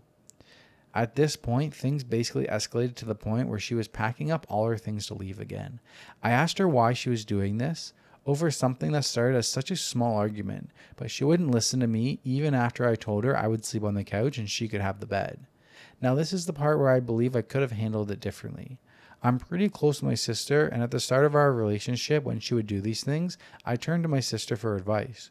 Her advice was that she was trying to manipulate and control me, and that I should just leave the relationship. I haven't, and things seemed to get better for a while. But every now and then, another one of these episodes would happen. My fiance knows that I talked to my sister and a couple of friends about this in the past, and how they felt about her, which really upset her. So for a long time since, I just told them everything was great with us. And for the most part, except for the occasional... And the most part it was, except for the occasional episode. Last night, when my fiance was packing her things to leave me again, and after me trying to reason with her and stop her, I called my sister. Partly to try to get my fiance to listen to somebody else besides me, tell her she's being unreasonable, and partly just to talk to somebody to keep me from feeling like I was losing my mind. I had my phone on speaker and explaining what was happening, and my sister basically just said to let her go. She keeps doing this and is manipulating and controlling. My fiance overheard while she was packing and left to go sleep in her car. I let her go because I told her in the past if she pushes me away, I won't chase her because I know it's just a game she's playing with me. Now this morning I texted her and asked her to please just let me at least know where she is so I know that she's safe. She refused to tell me and kept telling me how wrong I was and I shouldn't have let her sleep in the car alone all night. It turns out she's now at a coffee shop and my roommate is with her and she asked me to come talk. I refuse, saying I don't want to play these games and chase her anymore. The roommate took my fiance's side and said that I shouldn't have let her sleep in the car, but also told her that she shouldn't have left in the first place. Now my roommate told me that my fiance is looking at rooms to move out, and my fiance is making it seem like the relationship is over. Again, I don't think she really wants that, and I anticipate her coming back. I think it's another game.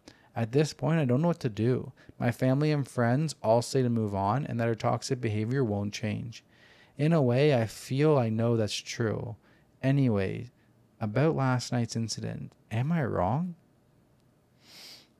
No. She slept in her car. She chose to do that herself. She left. Yeah.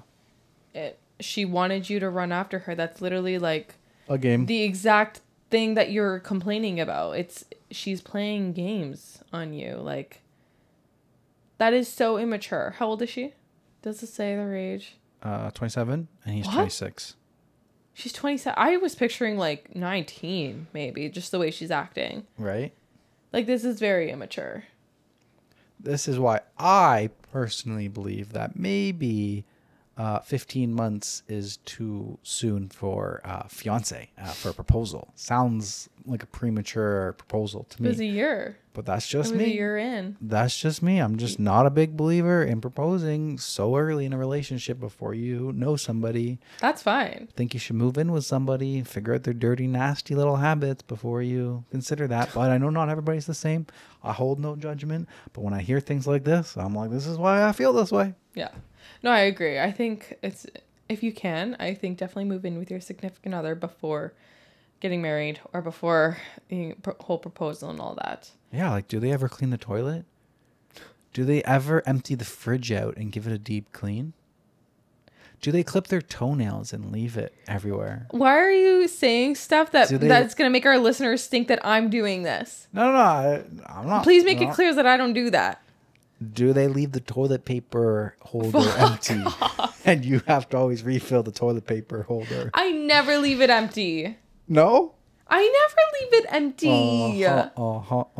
Sure. Again with the toilet paper shaming. No. Yes, toilet paper shaming. No, this is different. No. This is not refilling the roll. No, that listener from Germany. Oh my God, we had a write-in from Germany. If you're listening, we loved your write-in. I loved it.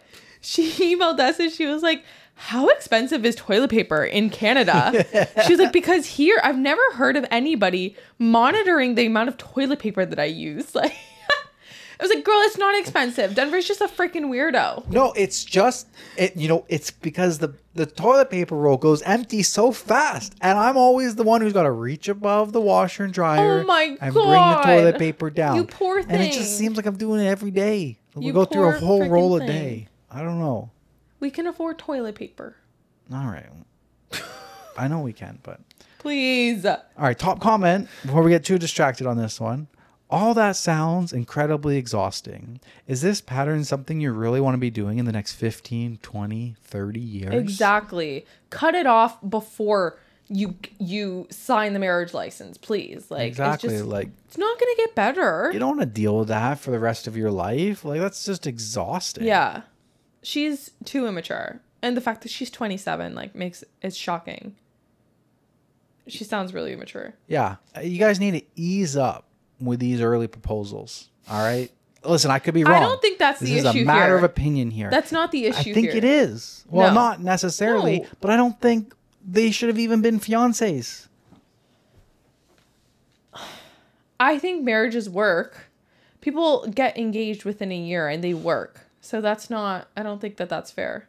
Maybe not. I think this girl is just a little bit insecure and she has issues that she needs to deal with.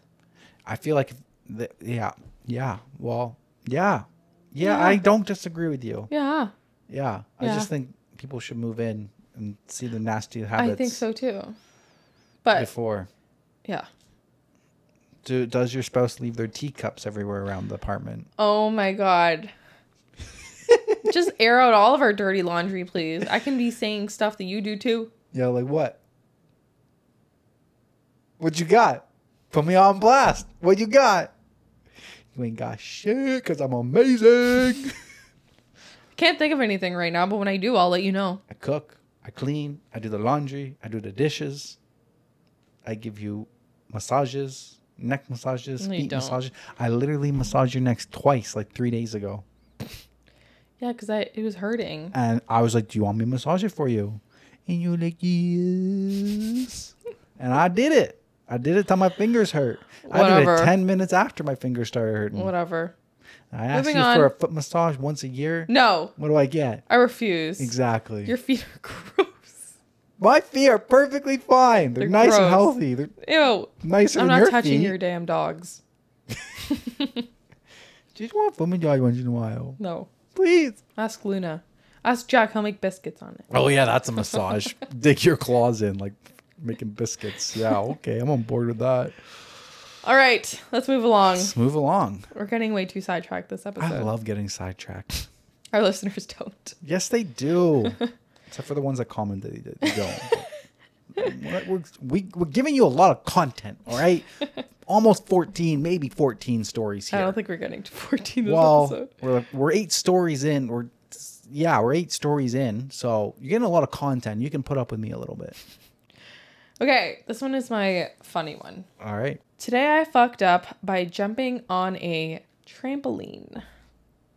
Okay. Matched with a girl on Tinder. Went on a couple of dates. By the end of date number 2, we realized the physical attraction was present, but every other attraction was non-existent. Not wanting to waste our sexual chemistry, we decided to hook up at her place. Moment I arrived, she gave me a tour of the house. As soon as she showed me her backyard, my inner 5-year-old came out. Sorry, 5-year-olds. And I ran straight towards the trampoline. Cue my feet leaving solid ground as I jumped. Mid-air, I heard a girl screaming at me in the background, but her reaction made no sense to me until my feet went contact with the surface of the trampoline.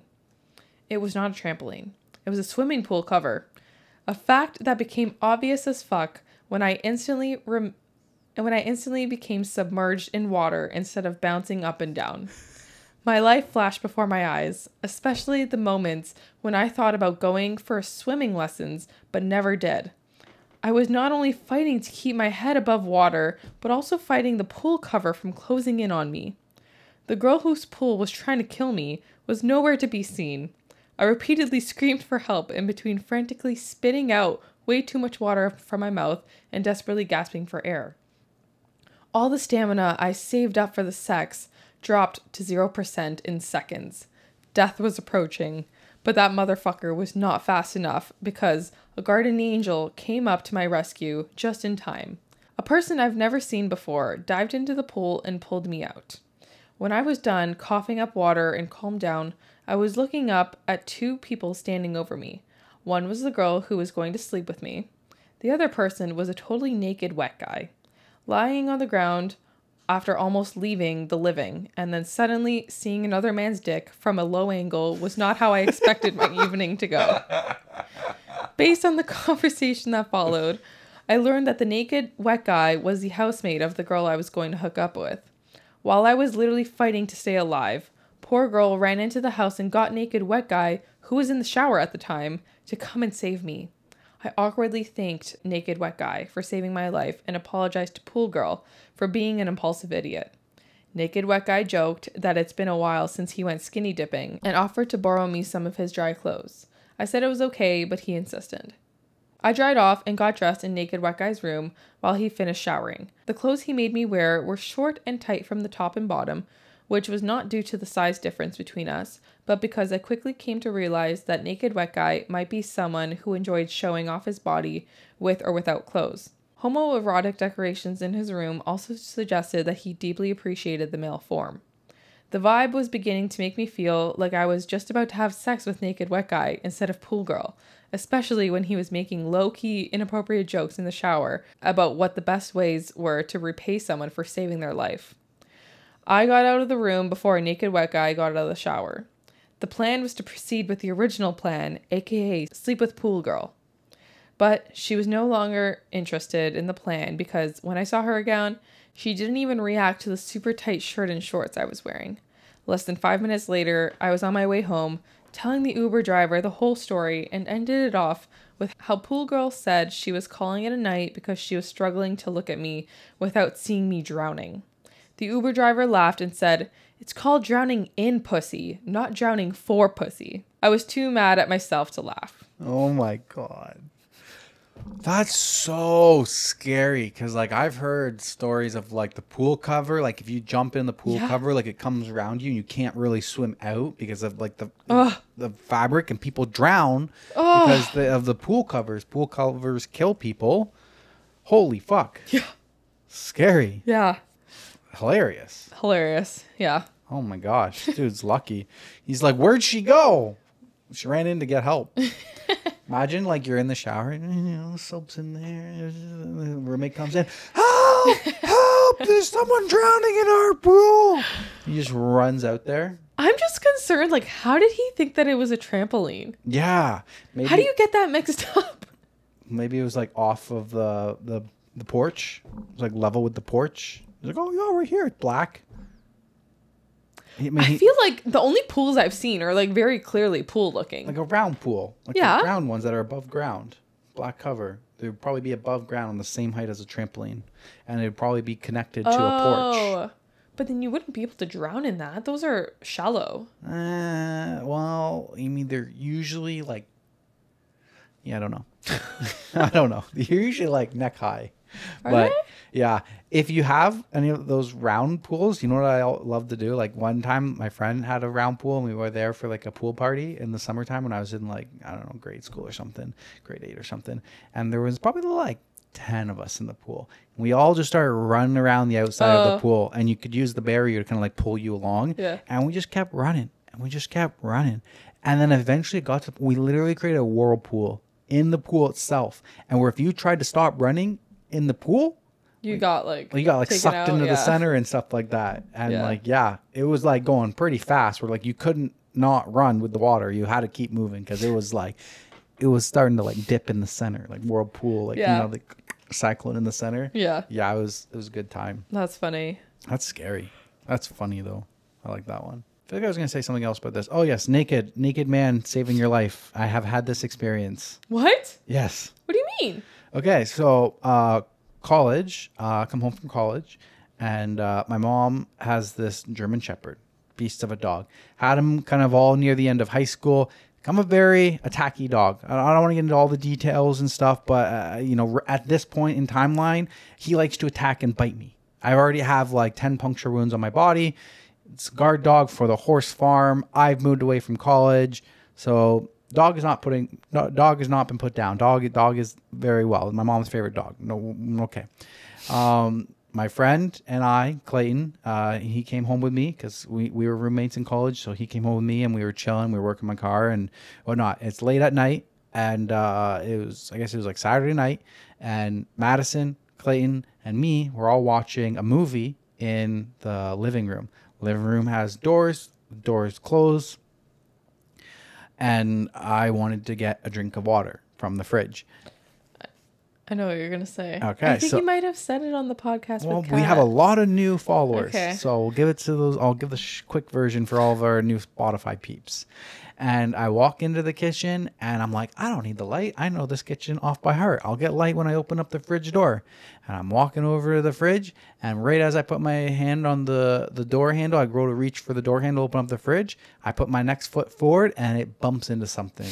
And I just hear, and the next thing I know, I'm being attacked by this invisible 100-pound dog in the middle of pitch black darkness. Like, we live in a farm. There's no street lights or anything. There's no light coming through any windows.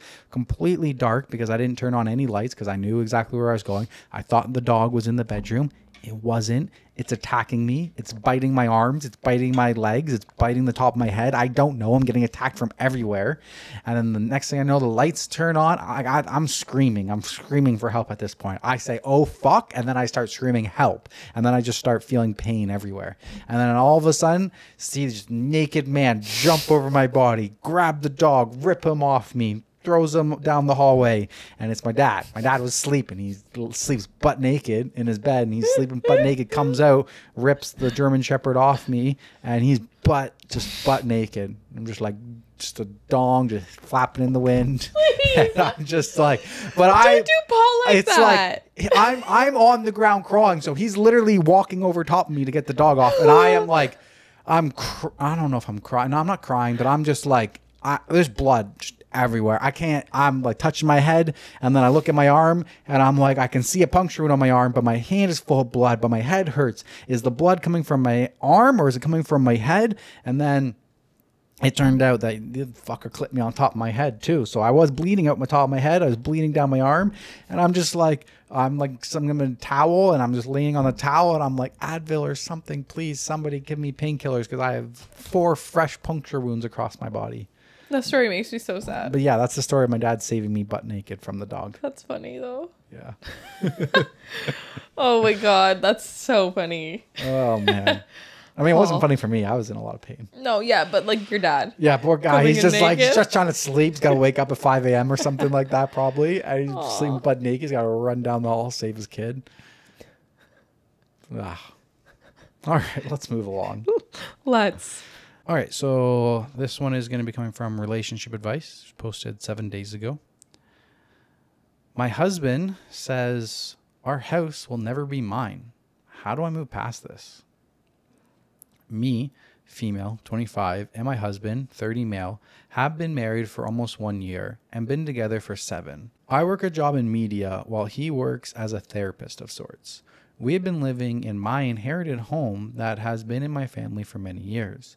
Over the past few years, we have both agreed that the house and location is just not ideal. With the housing market being what it is, we have sucked it up and continued to live here. Recently, we were offered to purchase my husband's family home. It's a good house that needs a lot of work, but I am confident that we can get done what we need to get done for under $15,000 in renovations. So we are planning to move in there and begin renovating. We were both happy and excited until the other day when we were talking about it, and out of nowhere, he told me, I want you to know that this house will never be yours. If we divorce or anything, you will have no right to live here anymore. What? And I found this hurtful and odd. This was never a discussion in the years we have lived in our current home. I would never plan on taking his family home if we were to separate, but it felt like a stab to the heart, especially when we are trying to have kids. I told him it would be a marital asset since I'm paying half the mortgage and half the renovations. I would never fight you for the house, but I don't plan on getting divorced. This made him very upset. He said he would rather not move in there if there's a chance a judge would determine I had any rights over the home. Was I wrong? How do I move past this with him? What the heck? She's paying for it too, and he's like, no, you won't get it in the divorce? Mm-hmm. Why is he already planning for divorce? Yeah. No. No, this would actually make me want to get a divorce and take half the house. Like, this would make me so spiteful. What the heck? No, absolutely not. That's not okay. So top comment. So from what I understand, it's a family home, but you are paying on the mortgage, halfsies, and paying to renovate, and he said no to you having ownership at all? Then hell nah. He can purchase it on his own, renovate it on his own, and you can keep yours as a backup from this point forward. Rent it out, and you keep that income. I like it. OP replies, this opened my eyes. We are going to definitely have another conversation about how we go about this purchase. Yeah. Don't do it. Someone commented, stop trying for kids, 3 red flags. Yeah. No, literally. Like, this is enough for me to cut it off. Why would you say that? Yeah. Sketchy. Yeah. Sketchy, bro. I don't like that. You want an update? Yeah. Is there one? Update. So there was a lot of questions from many people who saw my last post, so I figured I'd answer some of them and also update on the situation. My family home was inherited. There was no mortgage. We paid our bills and taxes evenly between the two of us. The same with any repairs the home needed. His mother is selling us the house at a $25,000 discount from what she listed it on the market for. My husband was not on the deed to my family home. This home was not going to be sold. It is a home that has been passed down exclusively to family members at virtually no cost, so a mortgage hasn't been held on it in many decades. The house will be going to my sister as she is welcoming her second child soon. Now for the update. Me and my husband agreed to go to breakfast together this morning since our Mother's Day plans didn't start it until lunch. At breakfast, I brought up the topic of the house we are going to buy. I told him about how the things he said hurt my feelings and made me insecure about where he stands in our marriage. He told me after seeing his dad lose his family home in a divorce, it was scary to think our kids could possibly lose it if we were separated. He apologized and told me he never ever thought of getting a divorce, but nobody does until it's happening. He said he was wrong to say the things he did, but that he let his anxiety control the way he spoke and it was unfair to me. We agreed that I would be put on the deed and agreed to start the process of a post-nup agreement for the home among some other things. I addressed feeling like maybe he had a feeling he was going to leave or cheat, and that's why he got so defensive. He felt hurt by that and told me that was his fear when getting married, that he would be cheated on or worse, have kids involved in that mess, and I told him I felt the same. We both agreed the most comfortable we would feel would be us both being on the deed to the home and getting a postnuptial agreement with an infidelity clause. We are both anxious people, and I understand where he's coming from with wanting that. It stung a bit at first that he wanted an infidelity clause, but we agreed it would do nothing but benefit us both if either of us were to go beyond our marriage in that way. So TLDR, we were both getting put on the deed, we were both getting a prenuptial agreement plus infidelity clause, and we've had a very mature and emotional conversation about how we felt. Thank you all to your advice. It gave me a very good idea of what to research before I brought it up with him, and we were setting up a meeting with a lawyer to start the process on Monday. Yeah, I think post-nup with an infidelity clause is a good... Yeah, I just feel like it gets kind of messy when you have a lot of like inherited family homes. Yeah. And getting into the conversation. Yeah, it sounds like he was reacting this way maybe because of her family home that she was living in, but she's not inheriting it. Her sister was. Yeah, exactly. So, I don't know. I don't know why he felt super protective of his family home, but glad they worked it out. Yeah, happy for them. Yeah.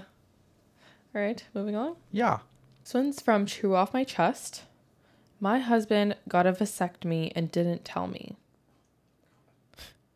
Throwaway because my husband knows my main. I don't know what to do. My 31 female husband, 32 male, fake name Chris, and I have been married for 4 years, together for 6. When we first got together, we had several long talks about how we both wanted a big family. I wanted to be very upfront that child-free is not an option, and I said I wanted to have at least 4 kids. I'm an only child and know how lonely it is. I also said I wanted to have them about a year and a half apart so they can all grow up close. He always wholeheartedly agreed to this and often made jokes like, whether we have 4 or 6, have as many as we want, it's your call since you pretty much have to do all the work. And on our wedding day before we left the reception for our honeymoon, he whispered, "Can we get out of here so we can start on baby number 1?" I loved how excited he seemed. To be clear, I didn't go off birth control until about 2 months after we were married, and I got pregnant soon after with our first daughter, Joy. Joy was a happy pregnancy, long term, but she was a beautiful, healthy baby. She went through colic, which was trying, but other than that, has been a happy first edition according to me. I noticed Chris became distant during my first pregnancy, but when I asked him about it, he just said he had a lot on his mind being a new father. He said he was still excited, but something changed. For reference, we both work full-time. I make about $20,000 more a year than him, and the 5-bedroom house that we live in was a gift from my mom, who was excited to be a grandma to many. My job is fully remote, but still offers maternity leave, and I have a nest egg savings for emergencies, and feel it's important to mention this because I know finances can be a major stress factor when it comes to having kids, but not for me and Chris. Then Joy came out perfectly. Chris had 3 months of paternity leave and was home with us for a majority of that time. My mom visited a lot and paid to have cleaners come. There were a lot of long nights, and it was tough for me to breastfeed, but overall, nothing unexpected. Chris still seemed distant, but always helped with Joy. We have an agreed upon open phone policy, so I did check his phone quite often, but I didn't find any sign of cheating. He goes through my phone whenever he wants to. I asked if he found me unattractive while pregnant, and he assured me no, he loves me and he's excited for our family. Fast forward a year after, we're sleeping through the night and I'm back at work, saw my doctor and was cleared to try for bundle of joy number 2, and Chris seemed very enthusiastic at this point. He even downloaded an app to track my fertility cycle so we could make the most of my ovulation times. We had a lot of fun and he was always very passionate, but 6 months into trying with no pregnancy, I started to worry. I'd voice my concerns and Chris would brush it off, so I tried to be patient, but then almost 2 years passed and Joy is growing up by herself. I broke down to my mother crying and she agreed to come with me to the doctor to get it checked out. I was very emotional and scared, but the doctor assured me everything is fine and that I should be able to conceive without any issues. I went to Chris with this knowledge and he was very upset that I went to a fertility specialist. I explained I thought something might have gone wrong during my last pregnancy, concerned that I was maybe blocked or infertile somehow. He said, why not wait and just let nature take its course?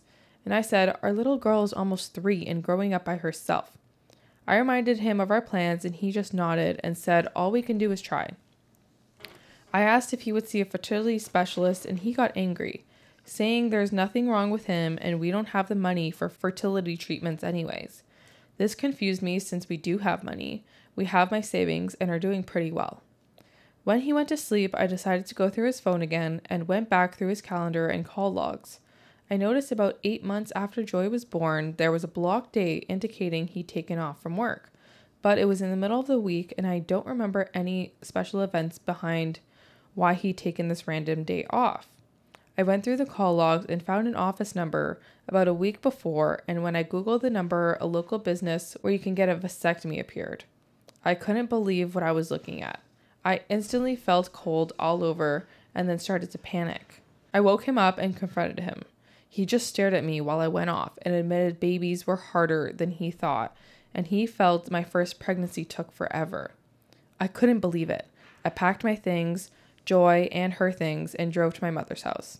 She is in distress with my sudden appearance and my inability to stop crying. I finally told her yesterday morning what happened, and she's just beside herself. I don't know what to do, but every time I think about how during sex, Chris would talk to me about giving me a baby, and he'd had a vasectomy done the entire time. I feel so disgusted and stupid. I can't believe my little girl's going to grow up alone. Chris has been blowing up my phone, but I just keep letting it ring and haven't read any of his texts. There is an edit, but oh. Oh my God, that's fucked up. That's, yeah, oh my God. Like, I would feel disgusted if I was her too. Like, like he's been playing with her, knowing that he can't have kids, and he's like so leaning into like, let's make a baby and stuff. Like, ugh. Yeah, that's gross. Okay, I'll read the edit and then we can talk. Edit. To those of you saying I coerced my poor husband into agreeing to this big family, nope.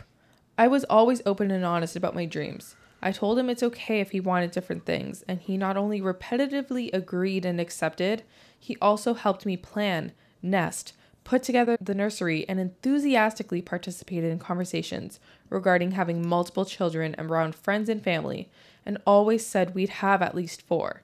That was our number. Him getting a vasectomy behind my back was a complete shock. Also, we've both always agreed to the open phone policy. I never betrayed his trust by going through his phone, since I always had his consent to do so and he has mine. We even have the same phone passcodes. I never wanted to be in a relationship where we kept secrets from each other, and I know other couples feel different, but this is another thing he always 100% claimed he agreed on with me. I vaguely remember one week where he actually turned me down for sex, claiming he had a head cold, and he didn't join me in the shower like usual during that time, but I didn't think anything of it. And no, men never need a wife's signature to get a vasectomy. That's crazy. Yeah. Because, not that that's crazy, but I think for women, if they want to tie their tubes, they need their husband's permission. That's fucking bullshit. Yeah. I think. I've heard that. Don't come for me in the comments if I'm wrong. That'd be fucking bullshit. It's true. Yeah, that's what I've heard. But yeah. No, like, okay. The thing is, I think he was obviously scared about... She made it very clear she didn't want to be with him if he didn't want to have 4 kids. Yeah, and I think he was scared of losing her. Yes. And... yeah, I can understand that, but that is still not an excuse. No. That just means that you need to sit down and have a grown-up conversation. Yes, exactly. About what is bothering you, what's happening, like, why don't you want another one? That is so dark, twisted, messed up to get the vasectomy done and then keep leading your wife along. Yeah. Thinking something's wrong with her. Yes. Her having to go to the doctor and get it checked out. You getting mad about it. Like, you think you were going to keep it a secret forever? Exactly. You think she was just going to accept, oh, yeah, I'm not getting pregnant. You didn't think she's going to look into exactly why isn't she getting pregnant when you know how much a lot of kids mean to her? Like, come on, bro. Yes. You're dumb enough to get a vasectomy without her knowledge. You are dumb enough to think that it wouldn't get found out. Like, fucking idiot. Yeah, exactly. Like, you sitting down and having a conversation with her maybe wouldn't have led to divorce if you were like, if you just told her how you felt, like if she really, really wanted 4 kids that badly, like maybe she would have divorced him. I don't know. I don't really know. But you going behind her back, getting a vasectomy is ultimately going to lead to a divorce. 100%. Like that is like 100% like you're writing. I cannot see her ever coming back. No. Because she's going to be like, for the past 2 years, we have been having sex and then like we've been talking about it. This has been the plan. And you have been lying behind my back. Yeah. The whole time. You've lost trust. Like, she would never, I don't think she would ever come back. No. And now she has to raise her daughter alone. Yeah. For a bit, unless she finds somebody else, or maybe she will get like,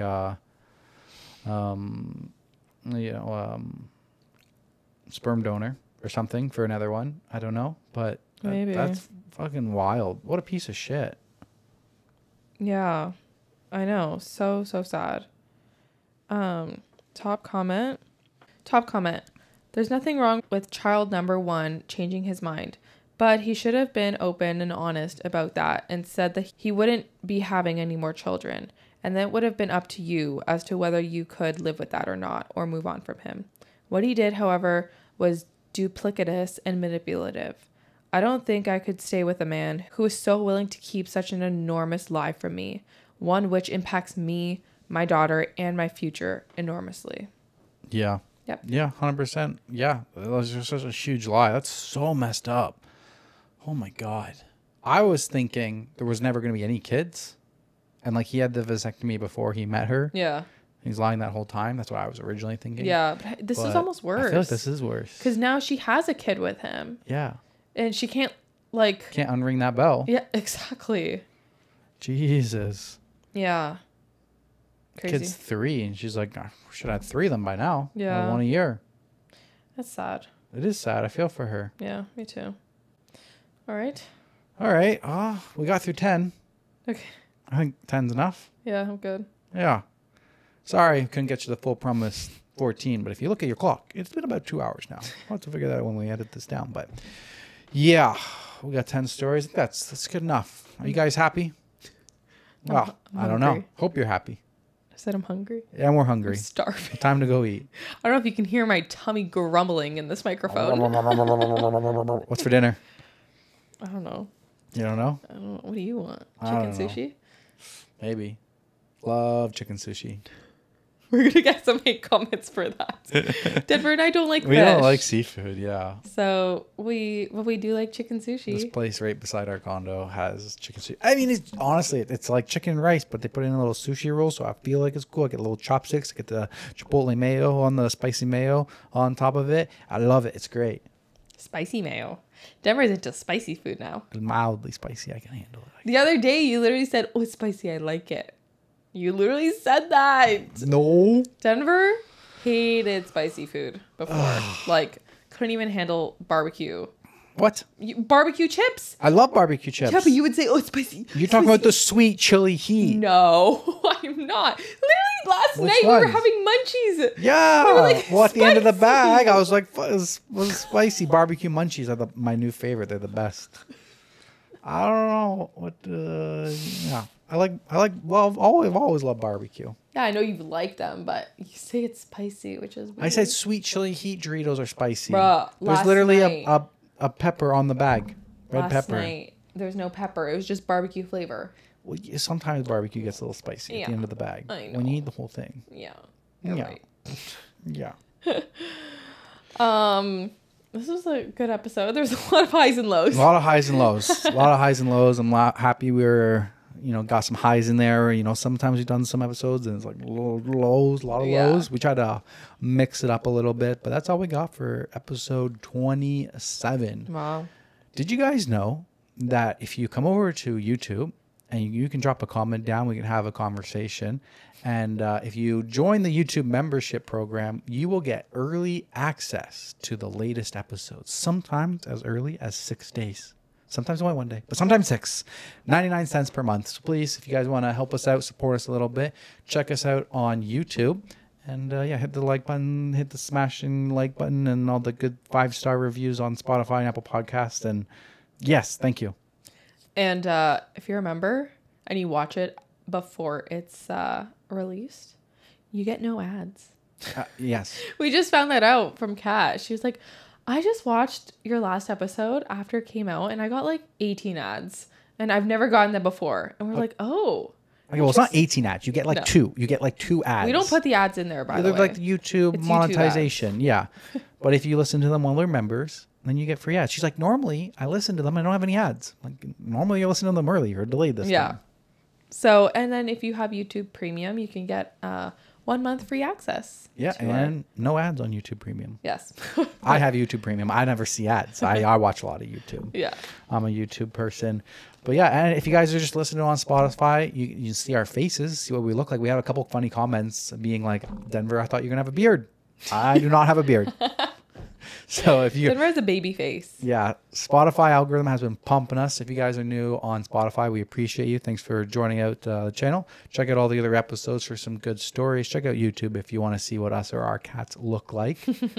Yes, and just thank you so much. And if you enjoyed the episode, please give us a like and a rating on Spotify or Apple Podcasts and a like and comment on YouTube.